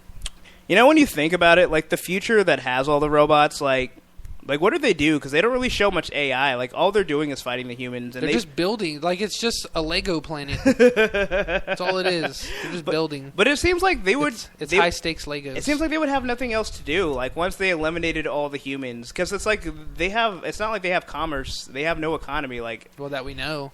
Yeah. See, that's what I want to see. I want to see what the machine cities look like. Like, are they just playing, like, ping pong and, are they hanging out? They trade bitcoins at the stock market. Well, they do that. They deserve to have Earth. Yeah. I'm giving it up. I'm surrendering. But anyway, I don't know. I would still like to see the Terminator reboot more just out of curiosity than anything else. But the idea of aging skin on a robot is terrible. Well, Jen, thanks for joining us. She says she's got to run. Enjoy the podcast. We really appreciate you joining us. I've been a fan of your show for a while. Like, we met like 2 Wizard Worlds ago, and the last one, I believe. Yeah. I interviewed them at the last one, so it's really cool. We definitely have to do something in the future. And thanks again for listening. Definitely. And we will be in contact, but not like the movie Contact, because that was really disappointing. I liked it. Did you? Yeah. Even liked what the alien looked like, where it's like, hey. No, well, I didn't like. Well, did they actually show what the alien looked like? Because I thought that showed up as her father. Exactly. Like, we look like what you want us to look like because you are not ready to that was see such a our cop-out. anus butt faces. Luis likes Contact too. Well, you get out of here, movie. Luis. It wasn't It's got bad. Matthew It was just McConaughey. It was. All right. Gentlemen. I don't know. I guess I didn't hate the movie itself. I thought the ending was kind of a cop out, though. Yeah, no, it was, but it was still a fun movie. I mean, I guess they could have made the aliens look like what's that movie called, Cloverfield, where when you finally see him, you're like, oh man, I'm not scared anymore. They should have made him look like Mark Larks. Yeah. So maybe they should have just made all the aliens look like people's fathers. Yeah. It's like, you're not ready to see the terror that terrorizes It's just a bunch of dads you. and moms that fill the role of the father. Yeah, it's just a bunch of soccer moms. They're just pulling up in soccer vans and running after people. It's like a planet of soccer vans, Astro vans, and E350s. I don't know what that is. It's a van that Ford makes. Think of like the shuttle vans. Yeah. That say Capital Metro on the side. Ah. That. Ah. Yeah. Well, that makes sense. Well, this is some news. You, being a fan of Sons of Anarchy, might be interested to know. Like me or like the fan? You, Agamemnon, being a fan of Sons of Anarchy, even though you haven't seen all of season 6. I haven't. I already know what happens. Yeah? Unfortunately. You got to see it, though. I know. Yes, I do. Okay, You're right. as much as I tease you about Breaking Bad, like, this is one where it's like, I know how into the show you are, where you just have to, like, see it just to be like, oh, my God. I was mad at myself for looking at the things. And then, like, the whole thing with Tara. I blamed the fan pages for, like, being so direct and, like, posting pictures. I'm like, what? Yeah. Like, because I wasn't even trying to find out, you know? I just saw the picture, and I started reading the comments. The comments section there on the Sons of Anarchy fan page on Facebook. And I was like, no! Because it was just a bunch of Tara knows, R.I.P. Tara. Oh, yeah. And then like a picture of Tara like with her mean mug, like the bitch face, and then just like a caption under it, and it was like, "You will be missed" or something like that, or the baddest bitch or some shit like that. And I'm just like, what? Yeah, because when it happens, it's legit, like, really, like, shocking. Yeah. Like, there's parts, like, there's some foreshadowing, but I guess, like, the way it goes down, you're still like, oh, my God. Right. And it's so brutal. Yeah. Yeah, you'll never look at a tuning fork the same way again. But, yeah. So, the executive producer of Sons of Anarchy... Okay, so basically, for those that don't know, The Walking Dead, everyone's favorite zombie show, because it's the only zombie show. Show in general.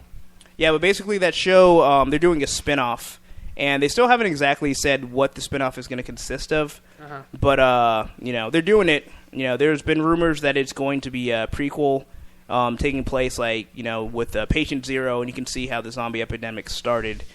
And there's another rumor where it's just going to take place simultaneously, but in another city or town, or state or whatever. But basically, yeah, so the executive producer of Sons of Anarchy is going to join The Walking Dead, and apparently he was one of the main writers on the show. Oh. So I can see that being really good, because Sons of Anarchy, like, I would say the best thing about it is the fact that it's, like, it's very good at first of all, things happen in Sons of Anarchy. There's not a boring episodes of Sons of Anarchy. Unlike Dexter, the writing's actually good. Well, more specific to this, it's like unlike The Walking Dead, which has very slow episodes where nothing happens. Like the Sons of Anarchy. Yeah, I was reading about the finale. I spoiled it for myself. Okay, don't spoil because I haven't seen it yet. Okay. I want to know nothing. Well, nothing. It has more to do with season 3. Okay. Where it's more like season 4 as a entirety, but they talk about how season 4 perfectly wraps up. A lot of people seem really pleased with it. I'll say it that way, but the way they go about things make the blandness of season 3 feel justified. Well, so when you watch it in its entirety, everything in season 3 actually works, even though people had lots of problems with it. So that's how I read it in one review of like 2 or 3, but I was like, oh, that's pretty cool. That's interesting. I don't know, because I felt like season 3 wasn't bland. I felt like season 4, at least the latter half, except for, I would say, the second to last episode, I don't know. I didn't find season 3 bland at all. That season 3 was... No, I liked it. I really liked season 3, but from... this was... what the hell is that? I think... No, it wasn't The Slanted. It was... damn it! What the hell was that website? Anyways... IGN? No, never. Not Polygon. What's one of those other ones? Destructoid? No. It's gonna kill me because I can see like the website design in my head. I know exactly what the website is. It's not coming to my mind. Anyways, maybe it was Polygon. No, it wasn't Polygon. Damn it! Let's just say Comics Alliance and move on. Yeah, let's say it's Comics Alliance, even though it wasn't. Say it's punchingthewallsofreality.com. Be there. Oh, wait, hold on. We got someone else in the chat. I want to say shout-outs to Geek Snob. Geek Snob, hello. Thank you for joining us. Yeah, thanks for joining the podcast, thanks Mr. for Geek putting Snob. up with my bland retort. Yeah. But no, they were, like, yeah, the way the author of the article was explaining it, he didn't seem too pleased with the way Season 3 was. He felt it was pretty bland. Like the boringness of Season 3 and then compared it with the entirety of Season 4, just like, oh, now it really places importance to the way things were in Season 3. Gotcha. Up to this point. I guess the episode's called A. Yeah. And they're all going to a place called Terminus. They're all going to Canada. Which I've missed. Yeah, I've missed like the last... those who arrive, survive. Well, I pretty much missed, with the exception of one episode, I've missed the entirety of the second half of Walking Dead.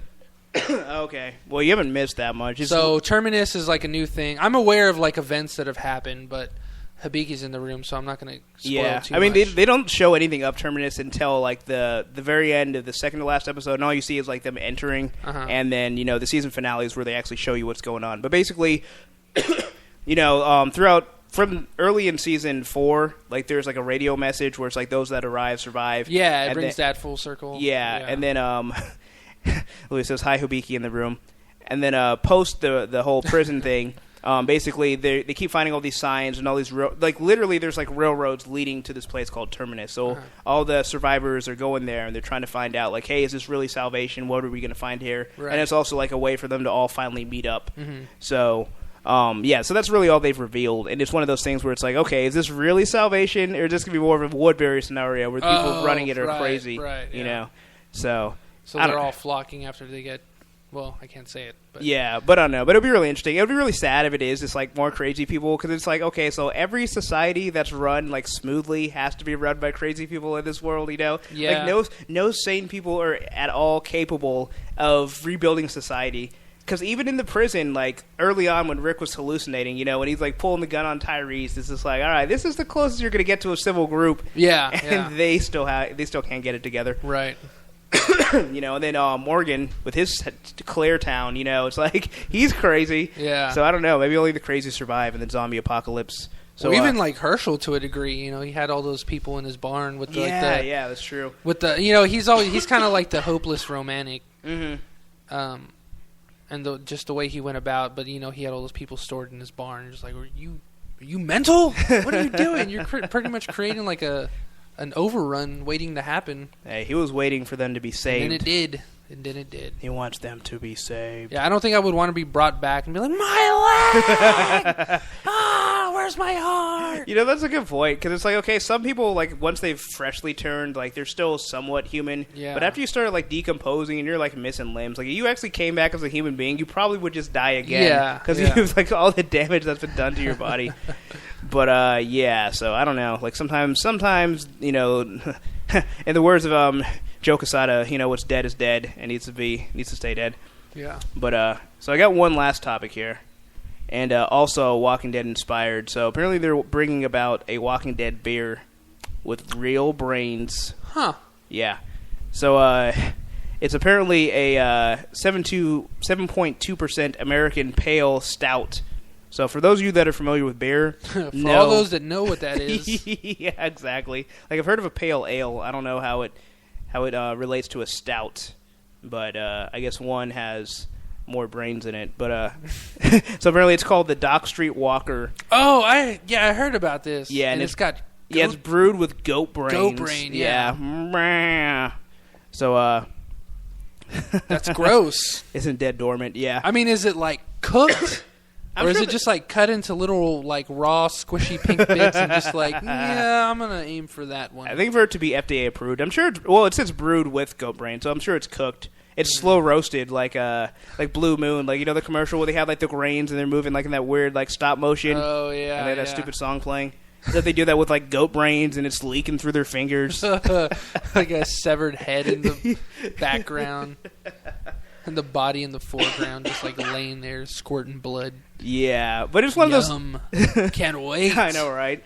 It's so weird. It's just like, okay, I understand people eat goat. Like, I know, like, goat's milk apparently is very healthy and delicious. Cabrito is delicious. Yeah, but it's like goat brains. But apparently it gives the beer a subtle smoky flavor. That subtle smoke couldn't achieve. It you can get a subtle smoky flavor with just a hint of Worcestershire. Well, apparently they decided to add cranberries also to give it a bit of tartness and give the beer a bloody red hue. Ooh. Yeah, so so if you're ever like, man, I need some brains, and you're like, I don't want to go to jail for murder.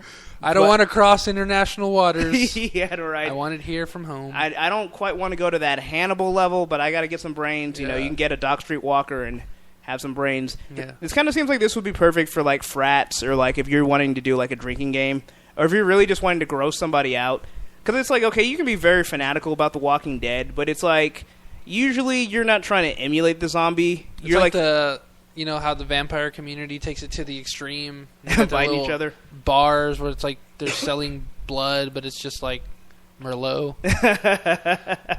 Well, even with that, like, that's still like regular like food. It's just like in a novelty form. Yeah. Yeah. This is like an Still actual. weird.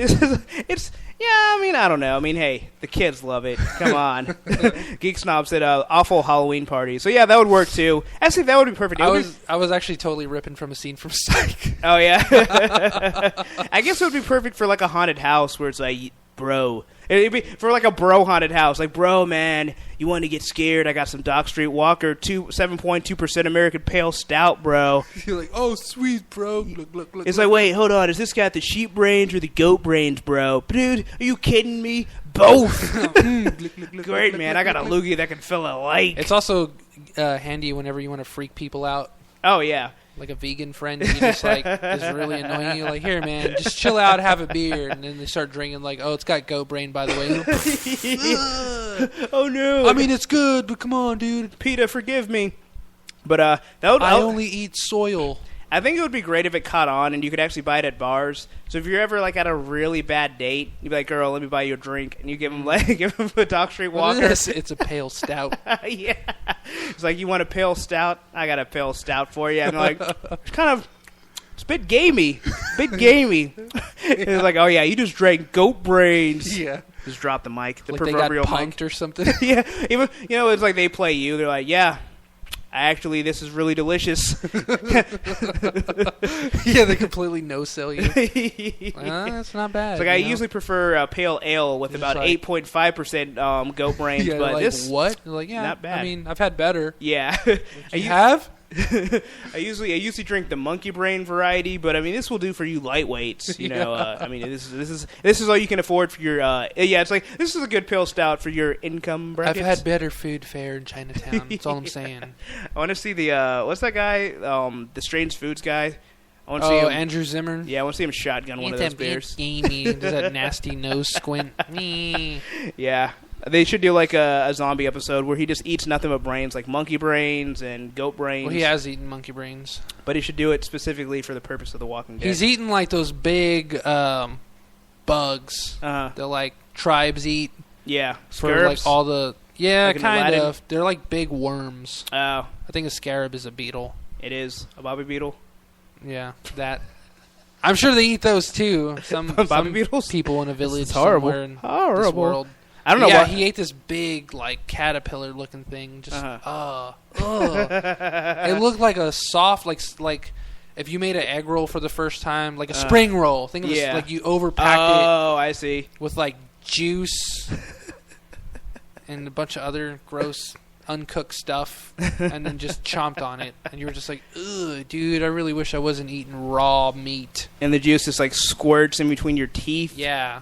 Yeah. But it's like a gusher. It's just like an egg roll the size of a gusher, but it tastes nothing like what you thought a gusher would taste like.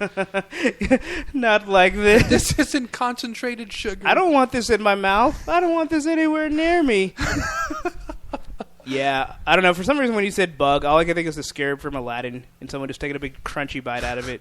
But yeah, the spring roll visual puts it into context of how gross it would be to bite into that. It would be like the grubs from like Lion King where they're just slurping. Yeah, it's like a grub. That's exactly what it was. It was a freaking grub. Yeah, definitely not a Kuna Matata in that reality. But I think that was the last topic. But I do have another topic. I don't know if you've seen the Ninja Turtles trailer.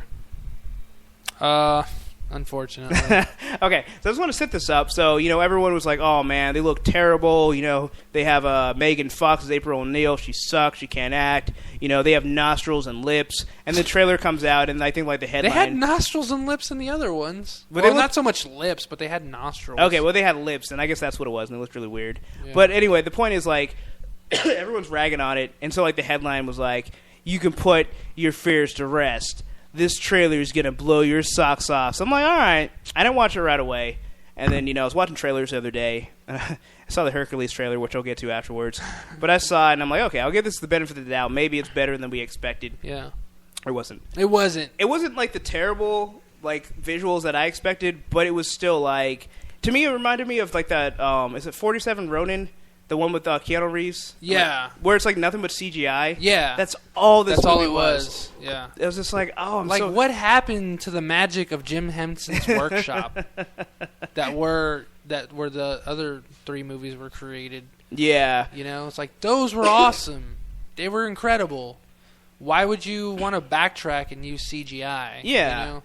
I don't know. I get that you can do a lot more, but it's just, I don't know. Like, I'm not trying to hate on CGI altogether. Like, I love movies that utilize it well, like The Matrix, Inception. A lot of my favorite movies. Obviously, Captain America. Park used it beautifully. But Jurassic Park is sparingly, like every movie should, I think. Well, Jurassic Park comes to the point that I'm trying to make where it's like practical effects are so much better, and they last so much. It's like you can still watch Jurassic Park and be like, these effects look great. They still hold up. Like, it still looks like a real freaking Tyrannosaurus Rex. Well, because, like, at least with the Raptors, I know, like, a lot of it, like, they had animatronics. Like, they're physically there with the actors. Yeah. Spilling their intestine. And the worst part is they're still alive while they're eating them.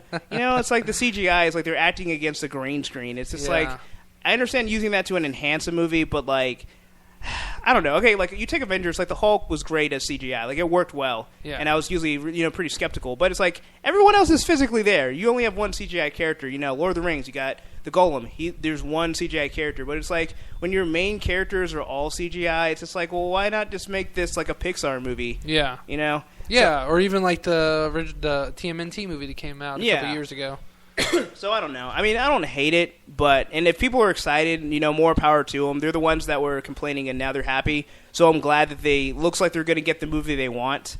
But as far as I'm concerned, it's just like I have zero interest at all in seeing it. It's not because it's Michael Bay. It's not because they have lips. It just I'm tired of the you know, it's funny CGI. because for all the flack he gets, it should be because of Michael Bay that you're going to see this. Uh-huh. You know, because it's got Michael Bay understands everything that people want. Yeah, and that's why they go to see explosions, Shia LaBeouf, action. Yeah, World War Shia. But I mean, they completely butchered the way the turtles look. And then that whole part with Michelangelo, like, I know you're freaked out. It's just a mask. Oh my and then he takes it off. He's like, better? It's like, no! You look like, what's his name? Hey, you guys! From the Goonies. Oh, I hated that part. It was such a lame joke. And then she, like, passes out. I was like, yeah, I'm right there with you, Megan Fox. Yeah, I'm passed right out with how like, bad to me, it that is. was beautiful acting on her part. Because I think that's a little bit how the entirety of the internet felt after day one, because I remember it was coming out. It was kind of like polarizing. Like a lot of people were coming out hating it. A lot of people were like, "It's actually not bad. It looks like fun." And like some of the meme pages were like, "Oh man, this looks great," or "This looks awful," or "Right in the childhood." Yeah. And then like as the day went on on and the day ended and the next day came, and it was just like, I think more people are hating this than are liking it. I think that's safe to say. Maybe like the initial shock wore off, and like, no, I actually really hate this. But like, I think Melody referred to the CGI, so it's really just like copy and paste doing CGI. And Luis said he kept saying this, but everyone should watch the Ninja Turtles that they have on Nickelodeon. Yeah, it's actually pretty good. Yeah, and it's fun. I just don't like the way they have Donnie with a gap tooth. He looks like Michael Strahan. Michael Strahan annoys me. He's nice. He's cool. Yeah. He just annoys me. I don't know. But it's the gap tooth. Yeah, Louis said that they should have been the ones in charge of the movie. And he said the Ninja Turtles all look like Shrek's kids all grown up. Yeah, they do. Layers, donkey. They'll be all donkey. Life is like an onion. But I don't know. It's just, if you want to like Ninja Turtles, more power to you. But I have like, I mean, I didn't have much interest to begin with. But it's just like, it's not even like if it came on TV, would I be interested in watching it? That's how low in the total pool it is for me. That's how I am with Transformers. Like I've not seen more than like 10 minutes total of the whole entire trilogy. I've seen the first movie because I actually saw it in theaters. And it was like, I saw it. I didn't hate it. I didn't love it. You know, I didn't even hate Shia LaBeouf. I didn't hate Megan Fox. I liked Starscream. I thought they needed more Starscream. Uh-huh. And after it ended, I was like, okay, that was all right. And Where do we go from here? It wasn't even where to go from here. It was more like I'm satiated. I don't need another one. Like the second one came out, no interest. Third one came out, no interest. Fourth one, Marky Mark. Yeah, a little bit interested, not gonna lie. But then I saw the trailer and I'm like, I don't care anymore. I remember Jose Villarreal coming out and like, nobody. What's the hell is that dinosaur's name? Oh, I can't remember. He's got a cool name. Let's call him Dinobot.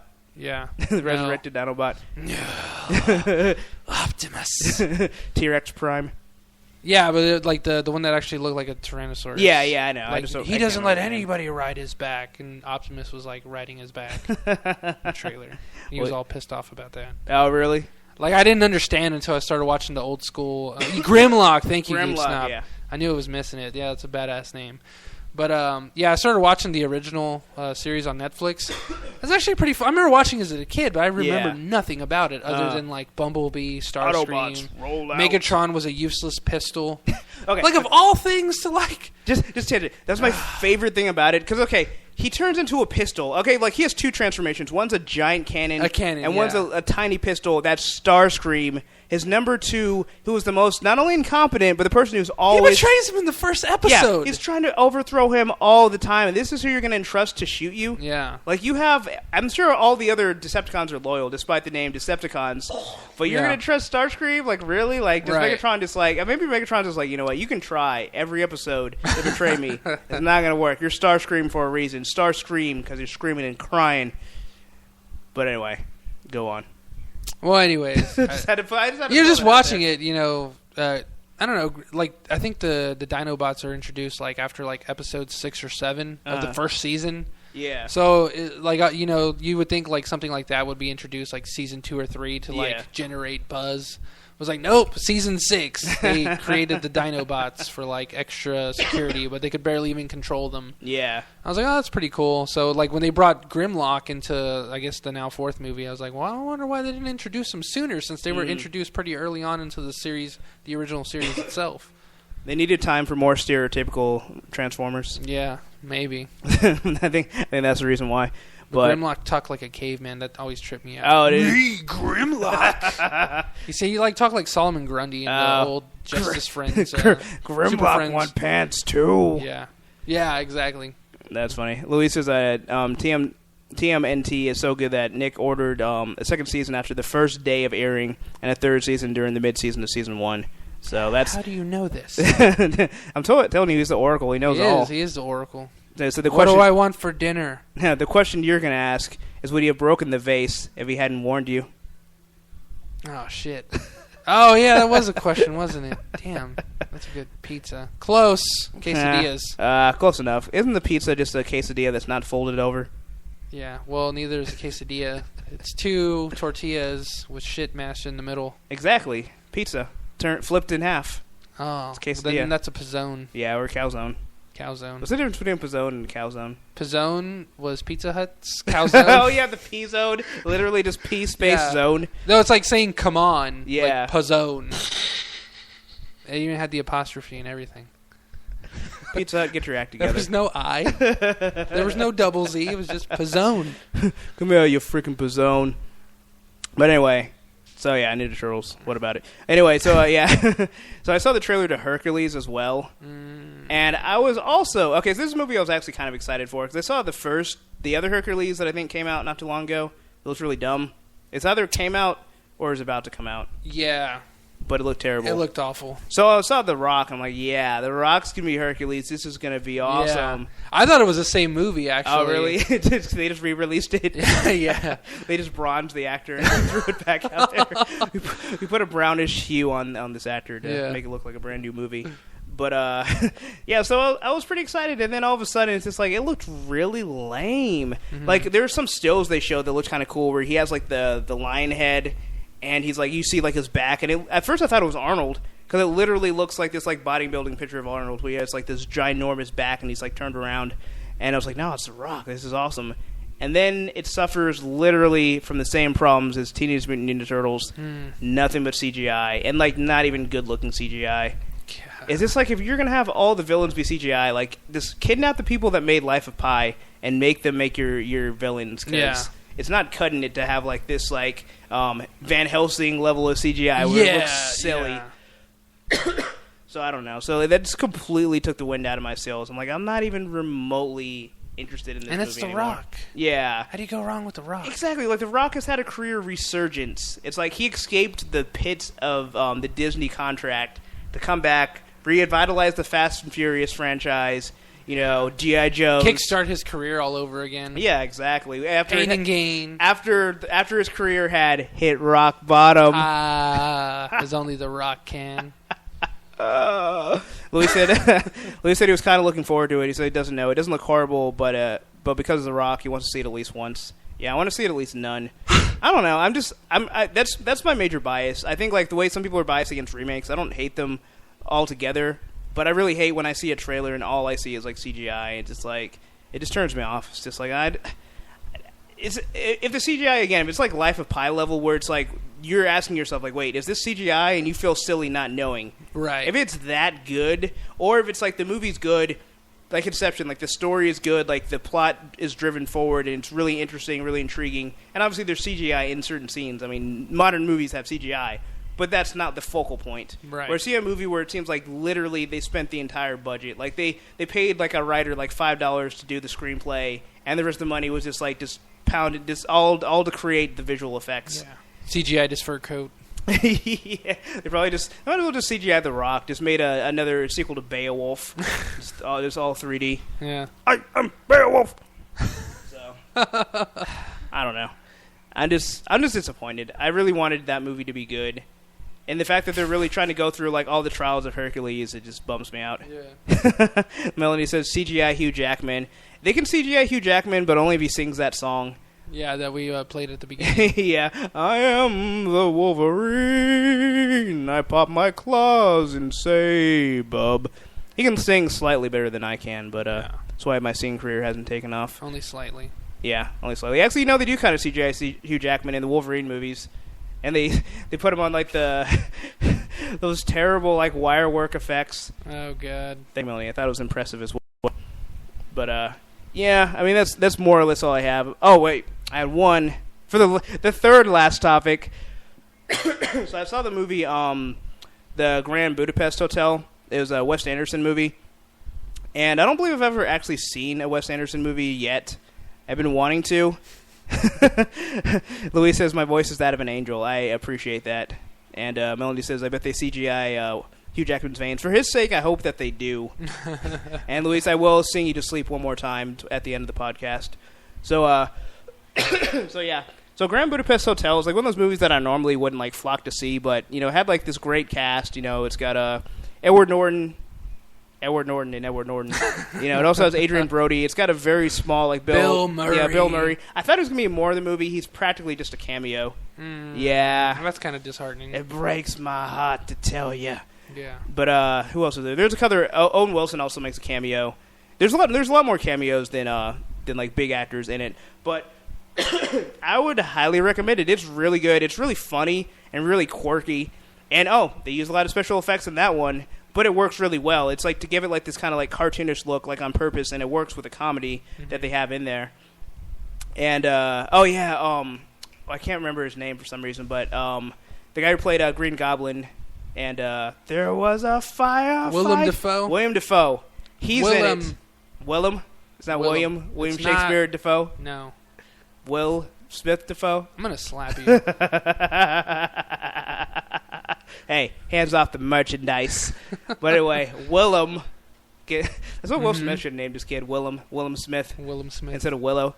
But anyway, so William Dafoe. Is Sabiki laughing? Yeah. I had my headphones on, so all I heard was Will I am Dafoe. That is rich. Oh, God. That'll be the worst version ever. Don't encourage him. Will I am like the worst rapper ever. He's up there with Starvin' Arden. Anyway. So Willem Dafoe, he's great in the movie. Like, he didn't have a lot of speaking roles. But he plays like this menacing villain. He's like a more comedic version, or the movie being more comedic, but he almost kind of reminds me of the villain in No Country for Old Men, where he's just like this menacing force that's just like coming after you. Yeah. And I don't know, I really loved it. I don't know, I definitely recommend it. I mean, especially if you're a big Wes Anderson fan. I mean, obviously I haven't watched that many of his movies. Yeah, you're gonna like the movie regardless. Yeah, I already feel like I'm going to like the movie. There's plenty of high waters to satiate your appetite. Yeah. So there you go. And there's just a great scene where they're like the whole like prison scenario. Like, I won't spoil what happens, but that's like one of my favorite scenes. And I don't know, it's excellent. And it introduces a couple actors that I'm not familiar with, but the guy who plays Zero, and I can't remember what the girl's name is, but she ends up like becoming his wife. Not really a spoiler, but they're like really good in it as well. And I don't know what the main actor's name is, but he's hilarious. He almost is like a British like Robert Downey Jr. And just like the way he just has like that Spitfire delivery, and he's just like really I don't know, just really hilarious, but also like a dick at the same time. And what's the movie called? Grand Budapest Hotel. Right. But yeah, definitely give that my recommendation. So that's a movie that I actually would want you to see, unlike those other garbage ones that I mentioned. So it's pretty much all I got. Unless you got anything. I have nothing. I'm actually just looking. Yeah, Ralph Fiennes. Oh, okay. He looks like Liam Neeson. Yeah, that's his half brother. Yeah, that guy.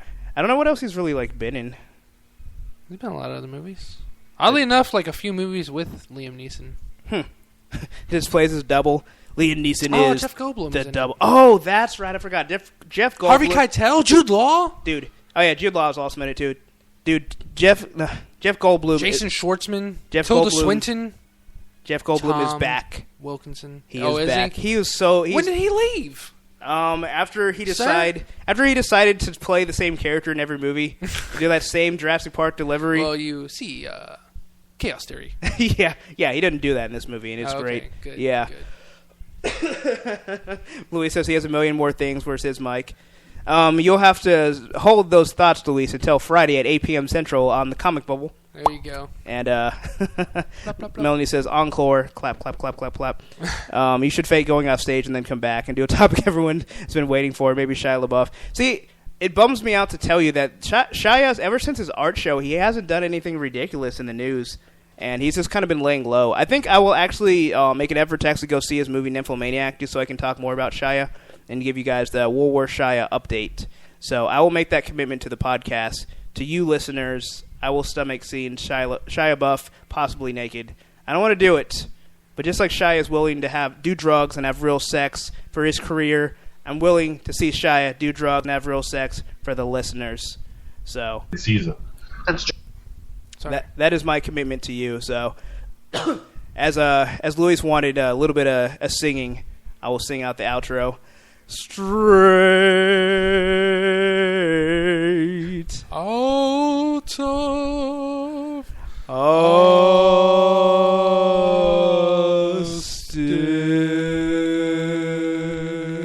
You can find us on punching the walls of reality.com. Facebook. / punching the walls of reality. Twitter. At PTWOR.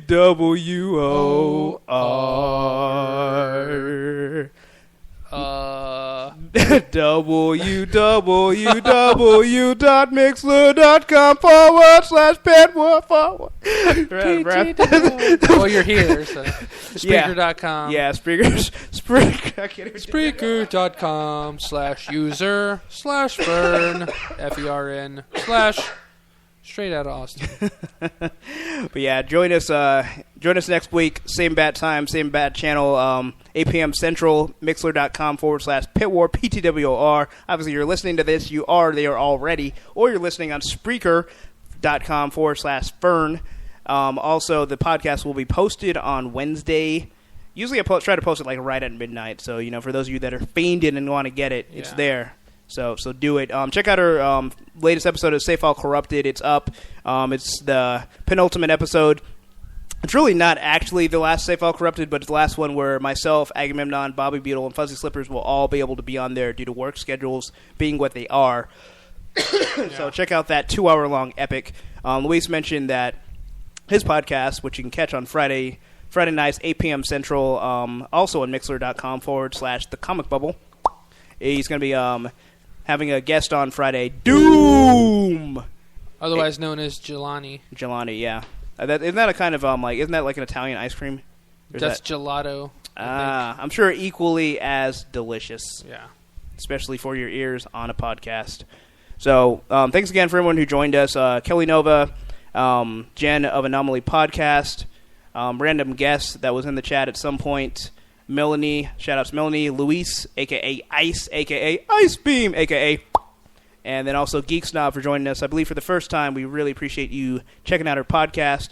The more listeners we get, once we break that double-digit barrier, we're going supernova. Yeah. And you will see the true power of the Nova Core. Yeah. There's only the Kelly and Ace Novas. Yeah, right. I want to see them do like Wonder Twin Powers.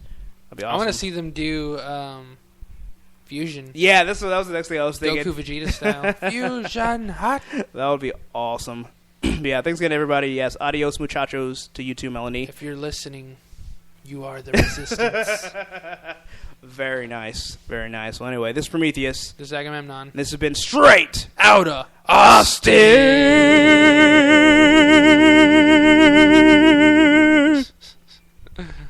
Thank you, too, for the awesomeness. All right, thanks for tuning in, guys.